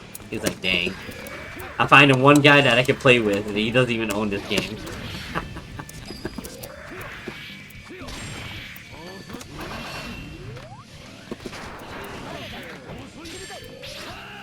Demons 2 as well on Xbox Live? Man, that was so bad. Yeah, Reload was like, I think we actually had, we actually got a US release of Reload, but only on Xbox. Otherwise, the only, Guilty Gear game that a lot of us played was X2. But also, it was that time where, like, PS2s are getting easy to mod, so people figured out how to do it.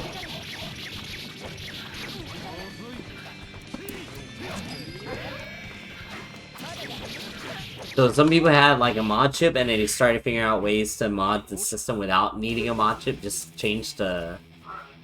They had a thing called a flip-top that you can do, and you had a disc that you switched out. And that was a thing.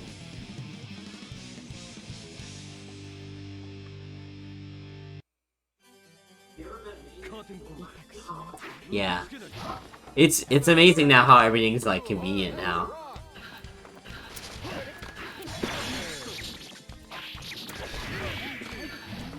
Yeah, I never messed with that. Somehow.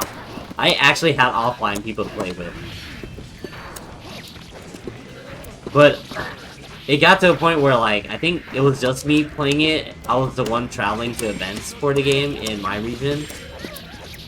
Otherwise I would just, like, I'd have a few friends that'll play offline with me.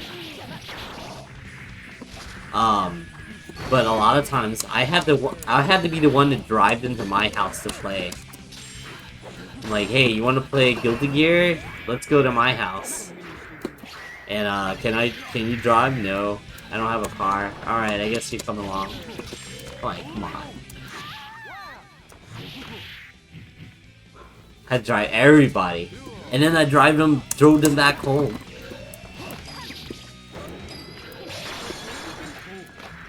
It was cool because I wanted to play Gear, but man, gas money. Like, these guys had jobs. Some of them did. The ones that had to drive really far. XX and, well, all the games really. We, you know, let's see. After, let's see, we skipped Reload and Slash. They paid friendship. They gave me matches. Obviously we got, Guilty Gear AC Vanilla in the US thanks to Actus, which is a US company. Not Arc System Works.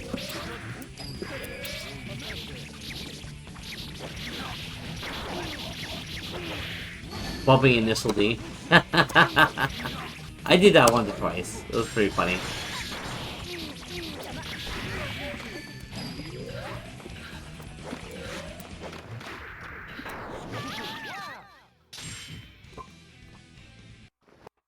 Yeah, he was probably pressing, like, back heavy slash already. Let's see. Actually, I need to take a quick break. I'll be RB. One sec, guys.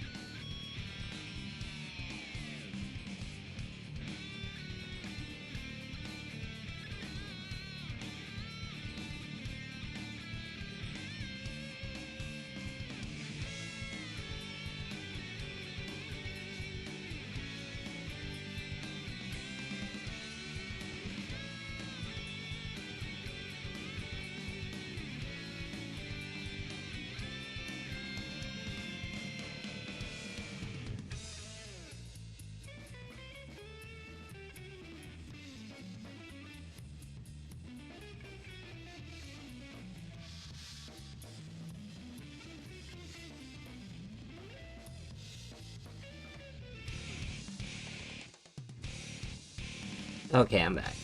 Let's see. I think I'm gonna play like maybe 2 more sets or something and call it night. It's getting late. I gotta work all day tomorrow. Was there burning CDs? I did a little bit, but it was all like video game soundtracks.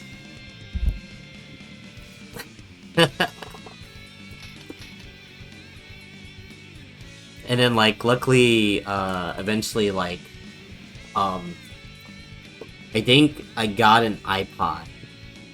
Yeah. And the iPods I could like put music files on that.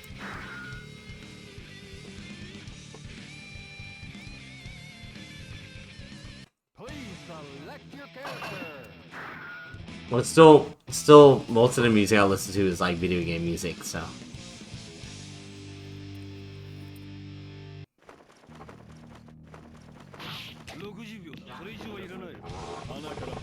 Heaven or hell. Do one. Rock. Counter.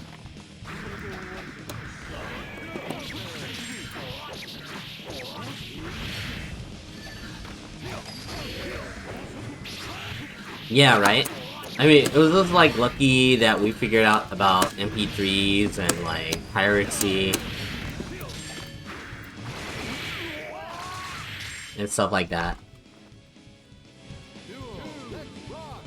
Like I said, luckily I didn't listen to mainstream music, so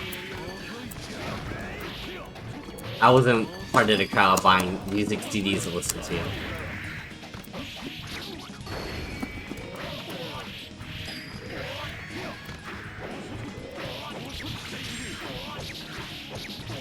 Totally Walkman? No.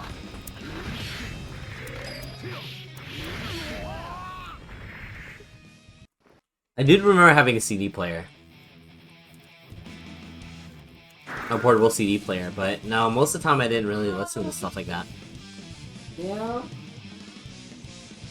Yeah. Yeah, I know what you meant, Sonic. Yeah, 20 songs, that's it. No more.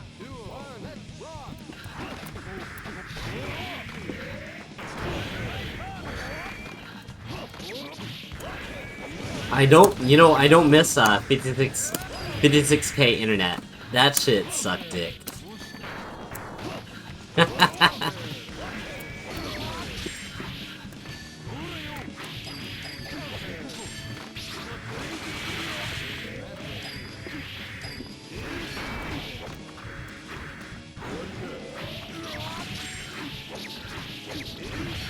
56K, what's that? That's the first style. That's dial-up. Dial-up internet.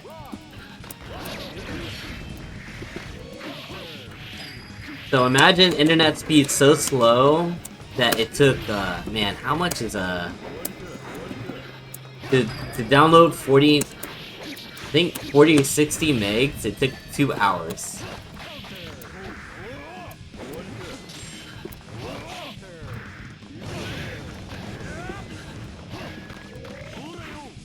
And then, like, it took up your phone line, so you couldn't even take phone calls.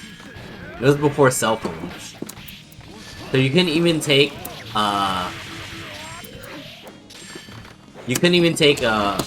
phone calls while you were on the internet. Yes, 2 hours to download 40 megs. That was the size of a Neo Geo cartridge. Or was it 60 or 80? Dang, I can't remember. I used to remember these ROM sizes. It was really bad.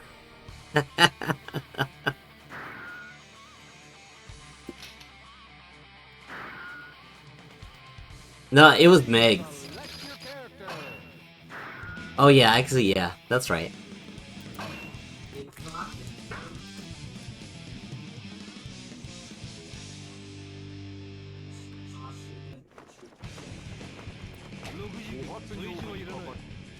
Yeah, man, that was technology in the mid 90s, I think, or late 90s.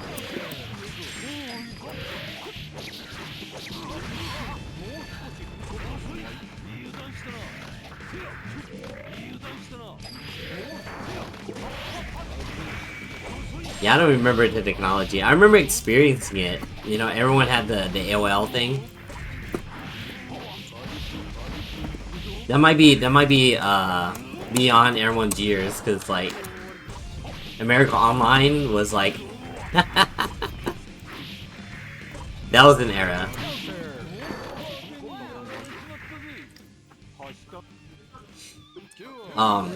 CDs given to everyone through their mail so they can connect to the internet.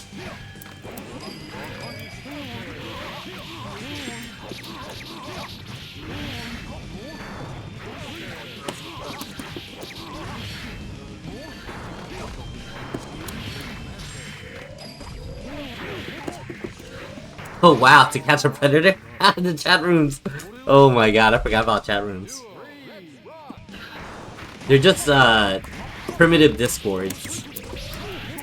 They didn't even have voice chat back then. Well, you needed a program. How are you gonna get on the internet to download something if you can't even get to the internet first? So people had CDs. I remember when CDs were like a necessary thing to have in your PC, and now like everything's digital, so having CD drives are like super primitive now.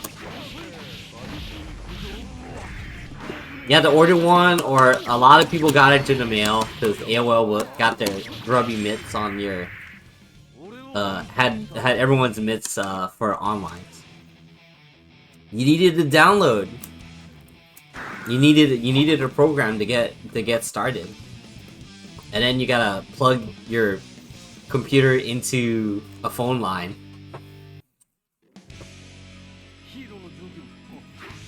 and then you would hear like this really annoying static thing. Oh yeah, floppy disks. I remember me and my friends used to. Well, we're learning about emulators and like I didn't have internet, but they did, so like they would get me ROMs of old Nintendo games on floppies. Well, of course not, because the internet was new.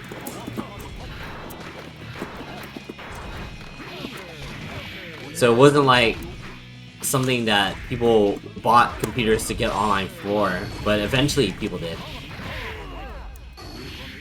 No, you didn't. You imagine life without a phone now? Like a cell phone? That was the time that the early internet stuff was going on. Not always connected. You go somewhere hoping that they're gonna be there and they're not. Oh wow, Windows ME?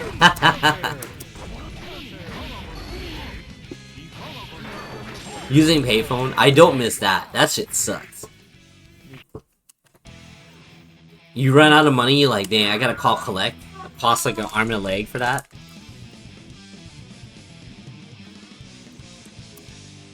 What is a floppy disk?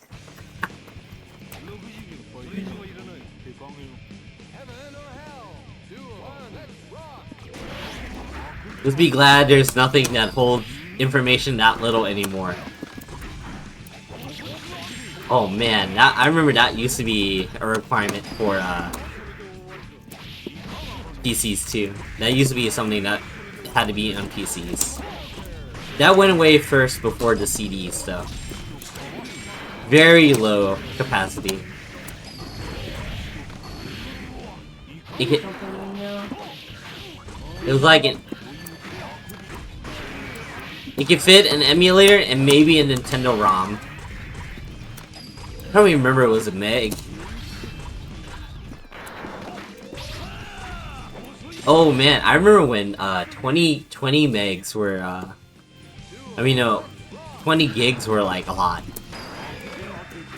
Storage and like space requirements went up, went up so crazy. I think my first computer was like 20 gigs or something.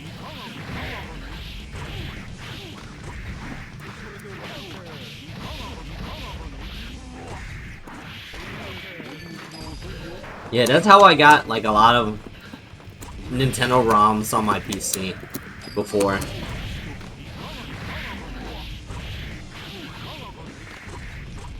Like I would just go to my friend's house and he'll put like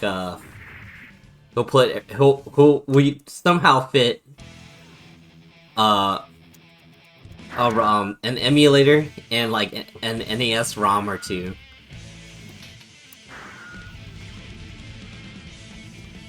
Please select your...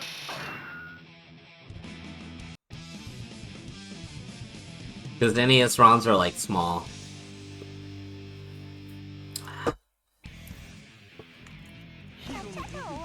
Man, I don't even remember. We played a bunch of shit.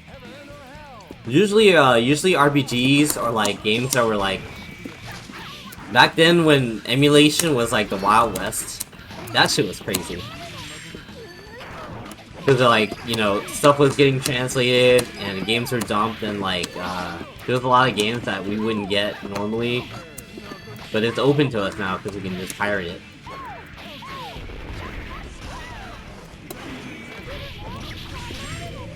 Oh, like I think cool games like the Dragon Ball games are Japan only, but we figured out how to play them because like they were intuitive enough for us to figure them out.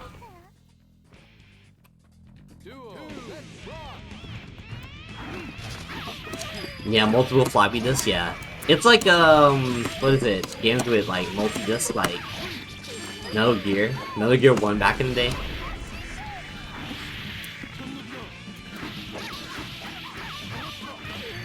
I mean, it's just, all it is just a program on a floppy disk, but like, some games are too big to fit on just one floppy disk. But it would be like, a portion, in this day and age, it would be a portion of the CD.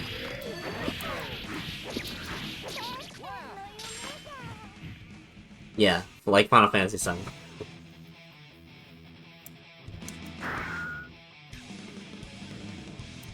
Gaming on PC? You would have to have the CD in the PC. That's about it.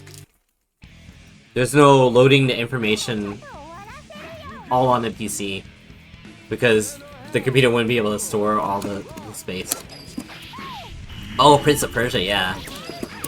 I don't think these kids know about that game though. Like the pre-3D Prince of Persia.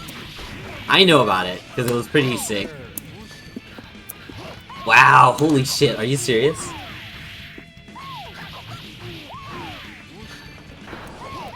Not even the Sands of Time?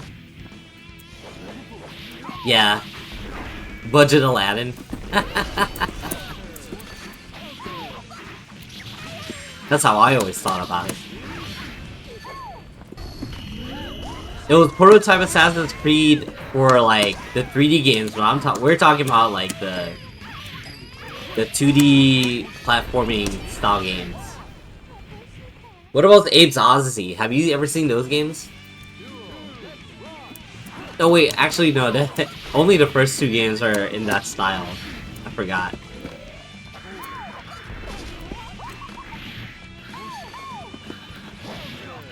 .360 Prince of Persia, yeah. So that series had like a pretty big legacy before, back in the day. Mainly for the animation, I think. It had a lot of animation and platforming.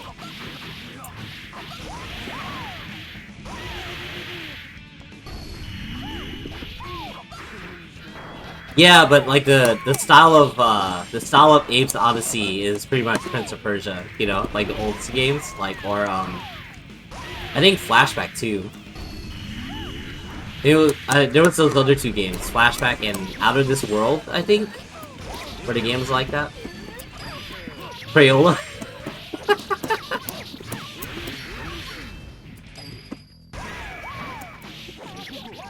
I mean, dude, the computers. That was state-of-the-art graphics in 1989.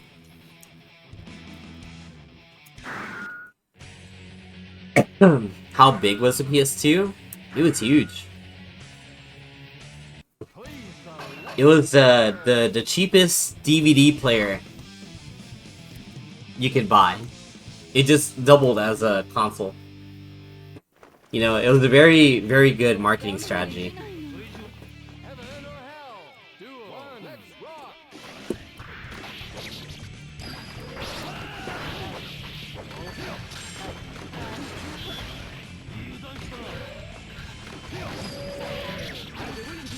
Well, I don't think it was the cheapest, but it was like convenient because it was like, oh, it's a Sony product, and it can play games too. But I definitely remember hearing people using their shit for media, you know, as well as like the PS3 back then. You know, it was like people using it for Blu-ray and stuff. Yo, Nuggy, how's it going?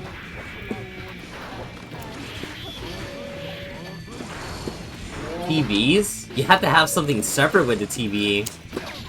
Hold on.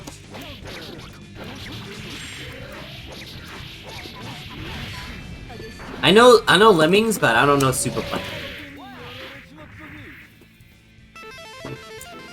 Saw 10? Dude, I heard Five Nights at Freddy's was actually good. Probably should have watched that instead.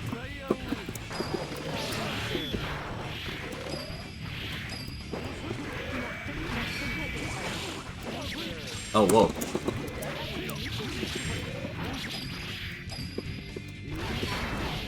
I've heard good things about it, actually. Oh, you watched it online? Okay. As long as you didn't pay for it. Ah, okay. I might have seen it, but I don't remember. There was a lot of clones of popular games everywhere. You watch it on Twitter? Sick. Dang, I got the one hit, but I didn't have the point loaded up. So were DVD players super expensive? Well, it's like, it was hard to justify getting one. But eventually everyone got one. And PS2s were just convenient.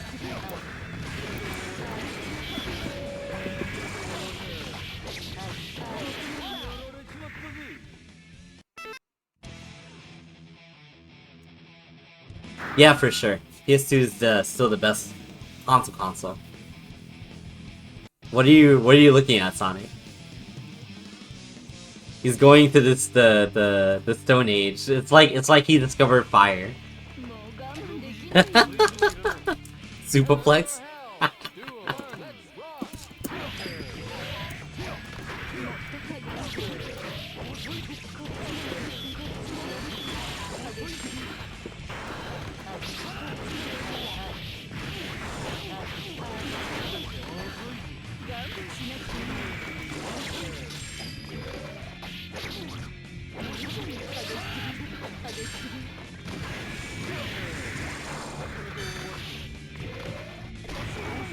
Ah, dang, I baited it, but it's too fast.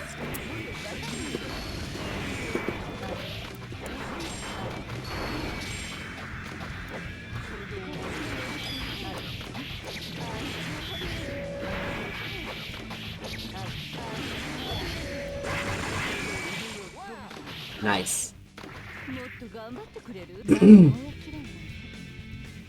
It's probably one of those games that never ended. There had a lot of those type of games back then.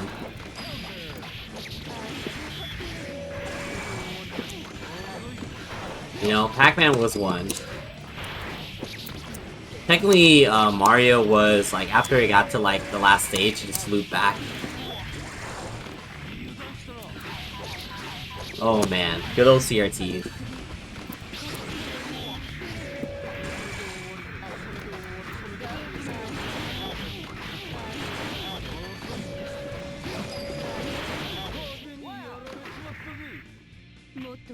Yeah, I don't miss a lot of that time.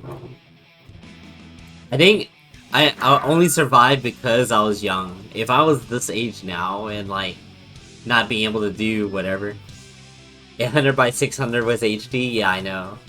High resolution, anything.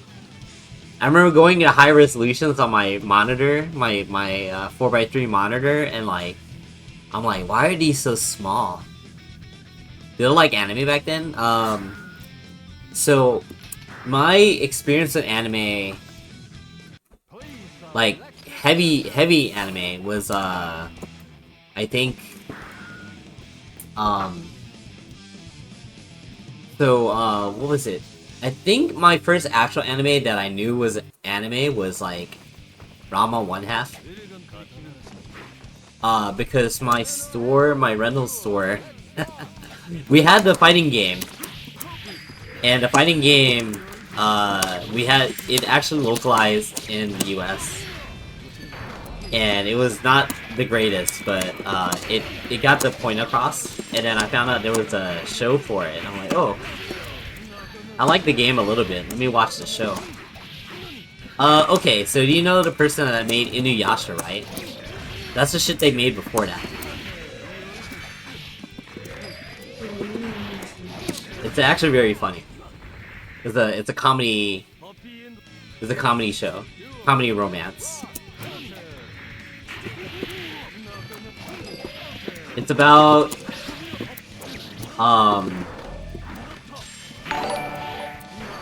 Kimatu, thank you for the raid. Hello. GG's. Urusei Yatsura? Hell yeah. The reboot was pretty good.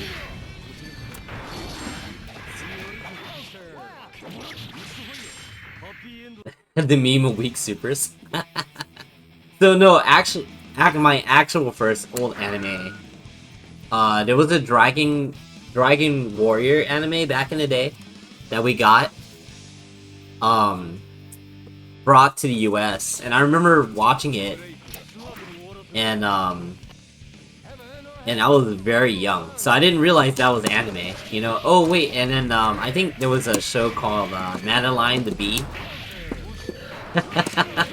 And I could tell from the art style it was definitely anime, but you know, it wasn't mainstream, so I didn't know what anime was, you know. Then you know, Dragon Ball, and then my first heavy anime introduction was Ava. Vodka, hello. Oh shit, that reminds me, I have art that I have to draw. Shit. Totally forgot. Oh no, I got too close. I forgot someone commissioned me for art and I haven't gotten around to it. I was busy today.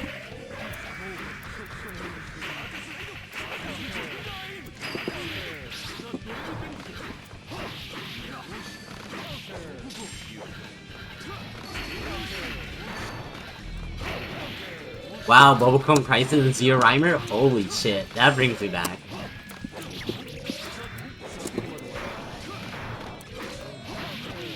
Oh no, I was just remembering, just because there's more people coming in, and then I remember I drew something for you, but then I had forgotten someone commissioned something for me the other day. Bubblegum Crisis is a very cultured show. You should watch it. Well, look up clips of it. It epitomizes 80s/90s anime, I think. It's super good, super cool. I don't know if it's gonna be your thing, but it's definitely different from what we get nowadays. No, what anime got popular in US was Kira. Everyone knows Akira. Even people that don't know anime know Akira.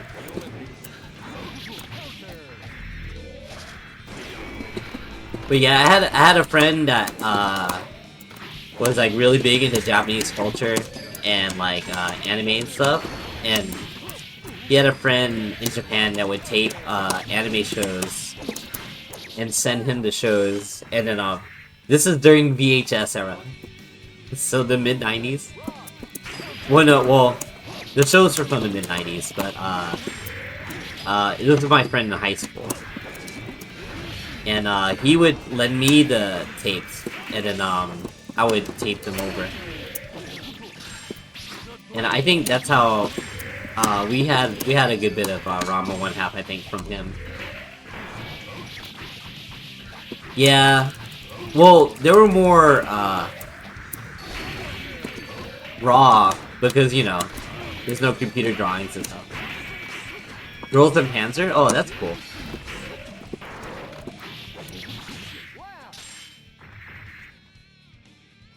Ghost in the Shell and Samurai Champloo. Oh, okay, nice.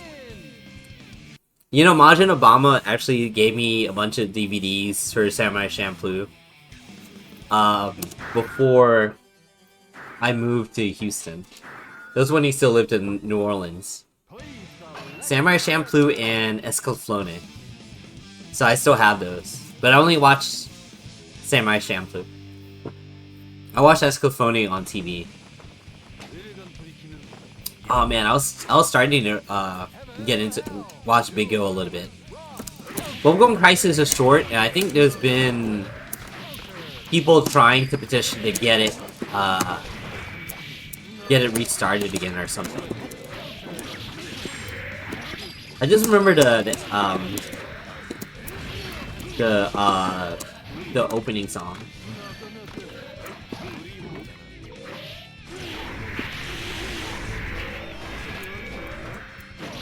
That's because your sister probably didn't know an anime show that she would be into. Like, if she got into some shit that...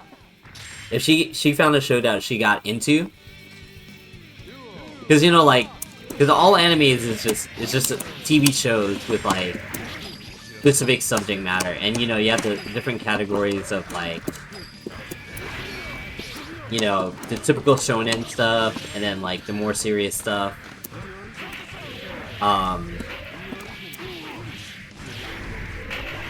Base sister. Maybe she was. Yeah, it got cut short. It didn't get to end properly. But, anyway, so my friend that introduced me in anime, also, he did typesetting for fan subs back in the day. So we actually did, like, all those, bootleg subtitles for, like, anime before the, sites like Crunchyroll would get them up. Like, he used to do that. Oh, hell yeah, Golden Boy would be sick. GTO's pretty good. 80s mech anime? Yeah, that was peak, like Sasuga for anime, which is like when the really good animation for no reason, just to flex. Zeta Gundam. I tried getting into Zeta Gundam. I watched like all the OG series and then like I got out of it after that. I mean, like I tried watching Z and then I got sidetracked. This was during the COVID era, so I had the time.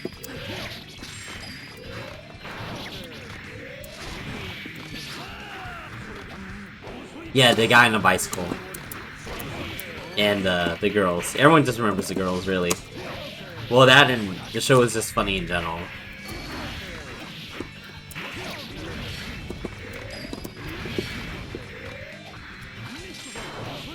What are you doing? I don't know why I did that. Yeah, who doesn't remember the girls? Gundam Seed anime? Yeah. I don't know anyone that actually liked Seed, but it was also like it was a really high-rated Gundam in Japan. Like at least with the crowd that liked Gundam, or maybe just a young crowd.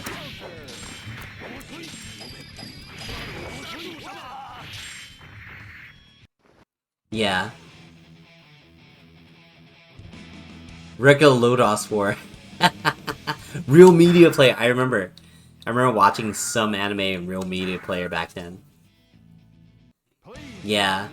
You know, a lot of people got into Gundam through Gundam Wing, and like a good chunk of like Gundam fans don't like Wing at all. Yeah, Real Media 5 sucked. But that was everything was encoded because it was like high compression or whatever. Rekka Lotus War. There's a couple of versions of that show. So you have to like look up guides or whatever for like what you want to start with. But you know, there used to be some people that were really big into that series that visited this channel. They were telling me like the history of Lodos War, how it got really big in Japan. Like it's like a It's like a cultural phenomenon over there. And it started off with like a D&D game.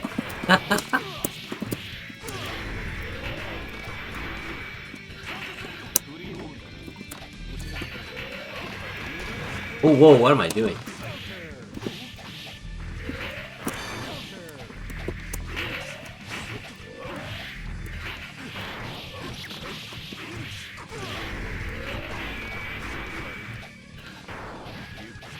Oh, I messed up. 27-7? I don't know. You know, it's probably better that we didn't go that far, because who knows what's gonna be a problem at that point.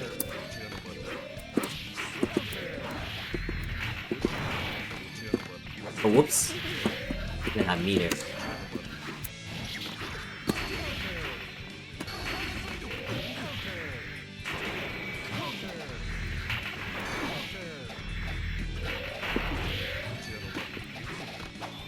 Alright, who do you want me to play?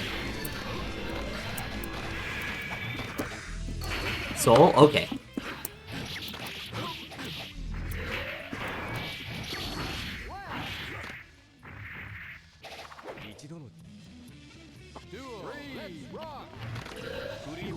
Brain dances?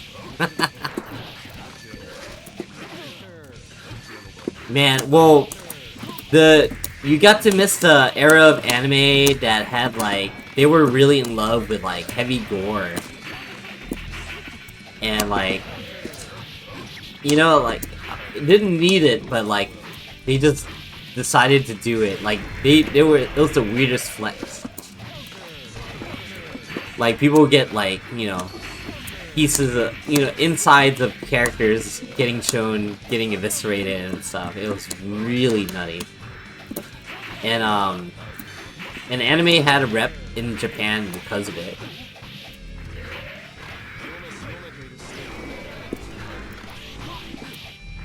And, you know, it's so weird that, like, that was the trend.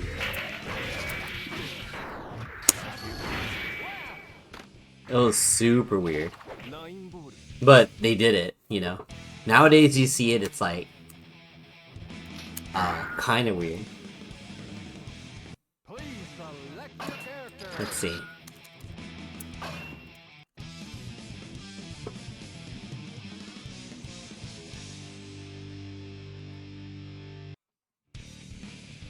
Oh my god, am I using the... Okay.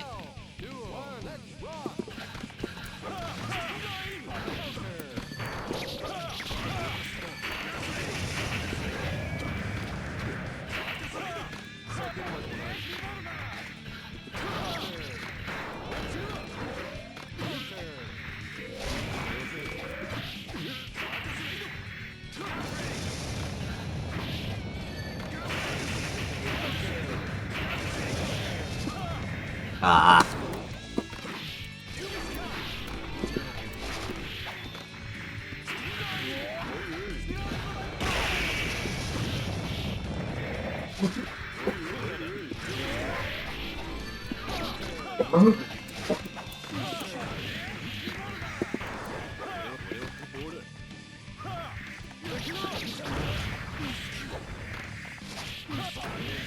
Oh my god. My soul's so bad.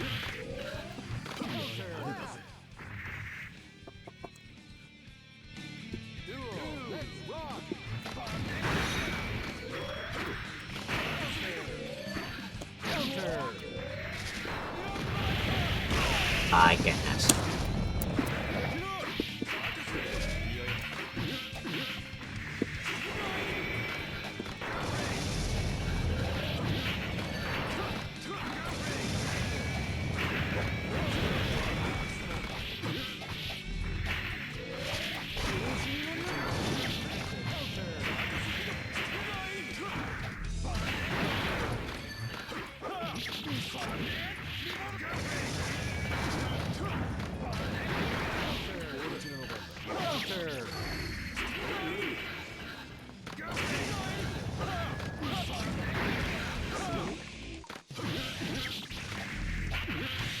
Ah, that was DP.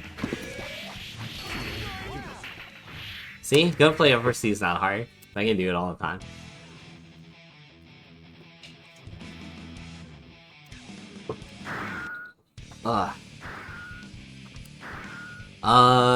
What? Who did you want me to play, Sonic?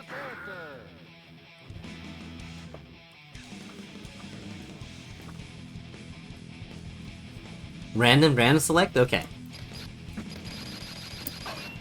Oh my god. Kill me now.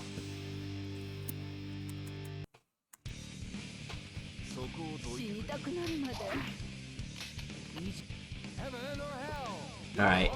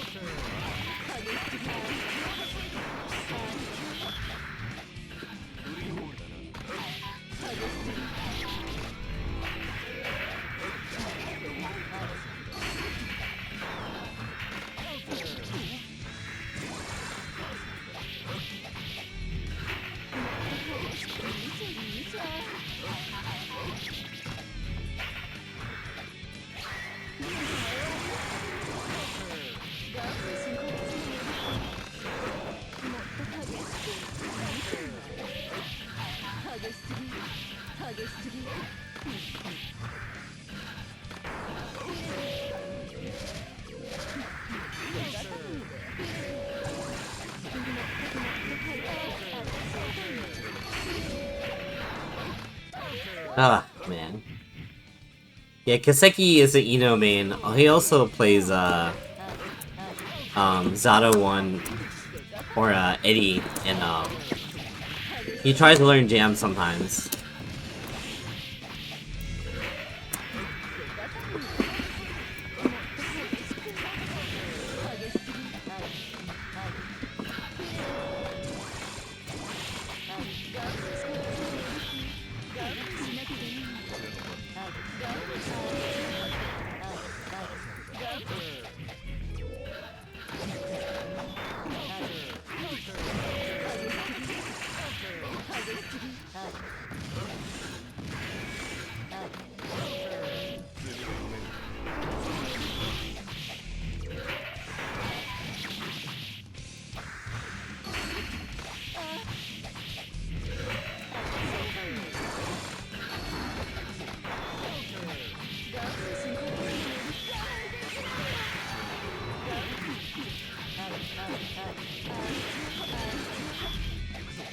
Oh! Testicle? Okay. I forgot the move. I meant to do something else. Where the hell are you? Ah, there you are. It's okay. Gravy Jones knows. Gravy Jones knows what's up.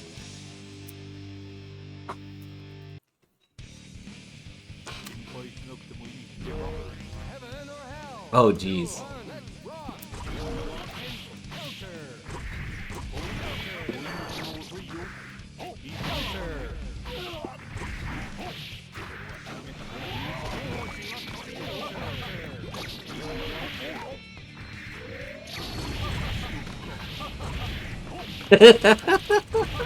The Mardi Gras skin? No. I hope not.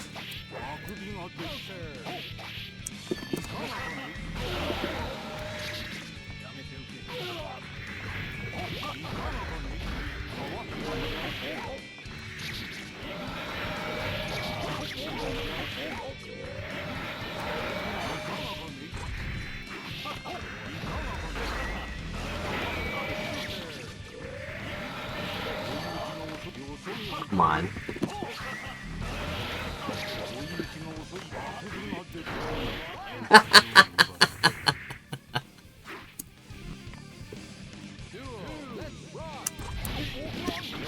Whoops.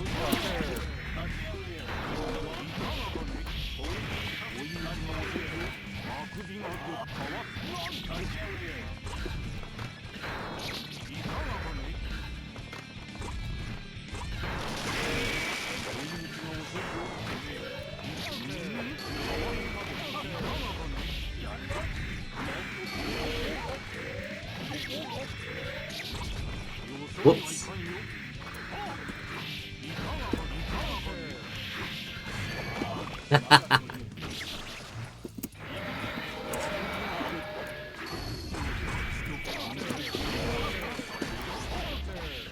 No.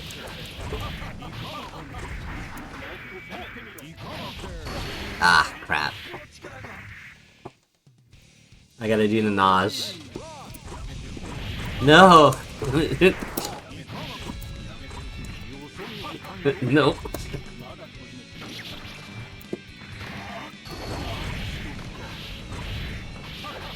One day I'll practice testing and stuff.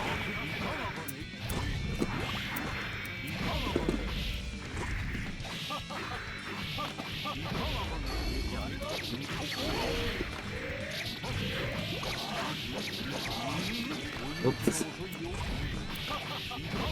Yeah, I'm hella dead.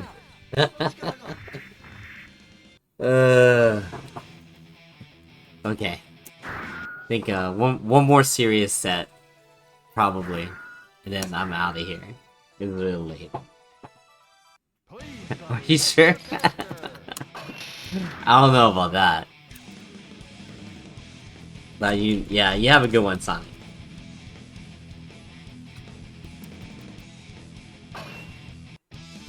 Who do I think? Who do I want to suffer with the Strive translation? I guess ABBA. And it's about time for ABBA. Maybe Zappa players too. I don't really care, personally. I have no horse in that race. I would prefer them getting characters that haven't had a chance to show up in the game. Like Gabriel. Or, I always joke about this, but, there's the president character, Vernon. I figure he would be... like, he should be in the game, just to be there. He's got a cannon arm, and he plays football. What's more American than that?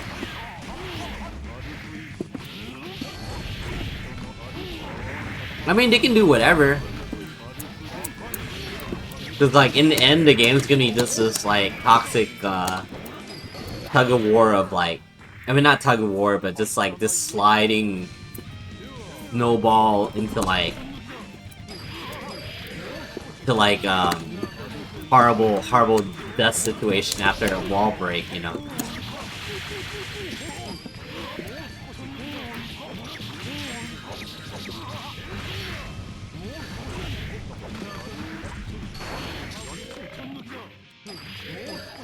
I mean, they can make anyone a Strive character, you know? Just the way they translate. But, you know, if we're going popularity, it would be like ABBA and Slayer, probably. By priority. Oh, and yeah, ABBA and Slayer, priority-wise. Yo, Leopoldin would be so sick. I would laugh if he made it into the game, but we know it's not gonna happen. If they do, it would be the coolest thing.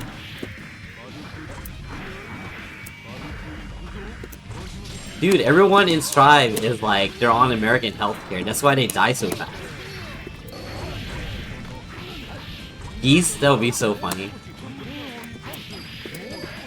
You know, I mentioned in the poll, whenever they do the polls, and they ask about guest characters, I'm like, you got plenty of Guilty Gear characters to add to the game. Why would you do that to why would you add a guest character? American defense values, yeah. Big American damage, you know?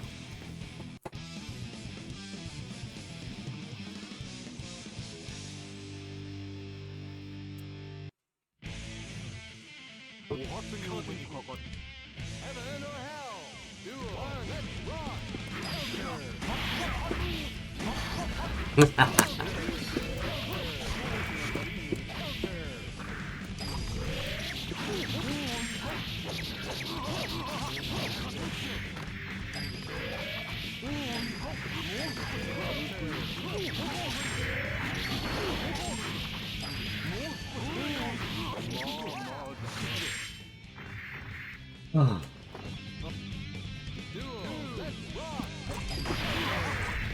I got the queen. That means I won that trade.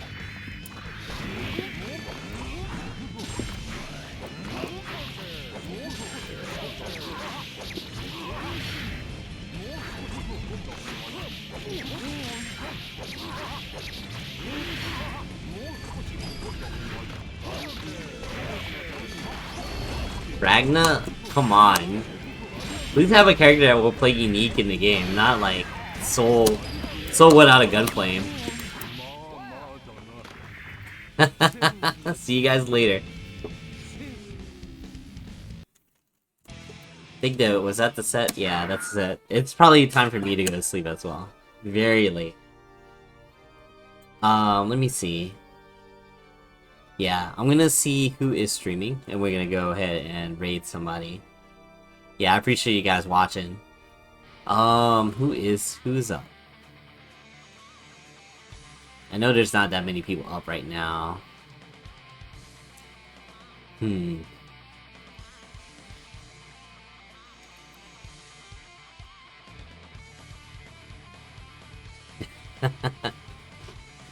Yeah, I know, big overtime. That's because I won't be streaming tomorrow. I'm gonna be busy. I'm busy being asleep.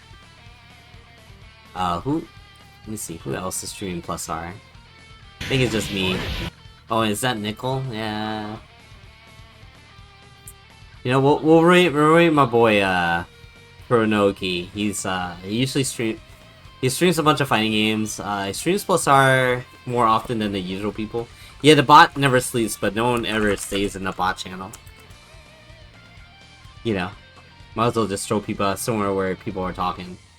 But looks like Kuronoki is playing Under Night Inburst. Probably getting ready for the beta coming out soon. But he plays +R as well, among other games, but usually he plays fighting games. He's cool peeps. Anyway, I'm gonna call it a night. You guys have a good one. See you later.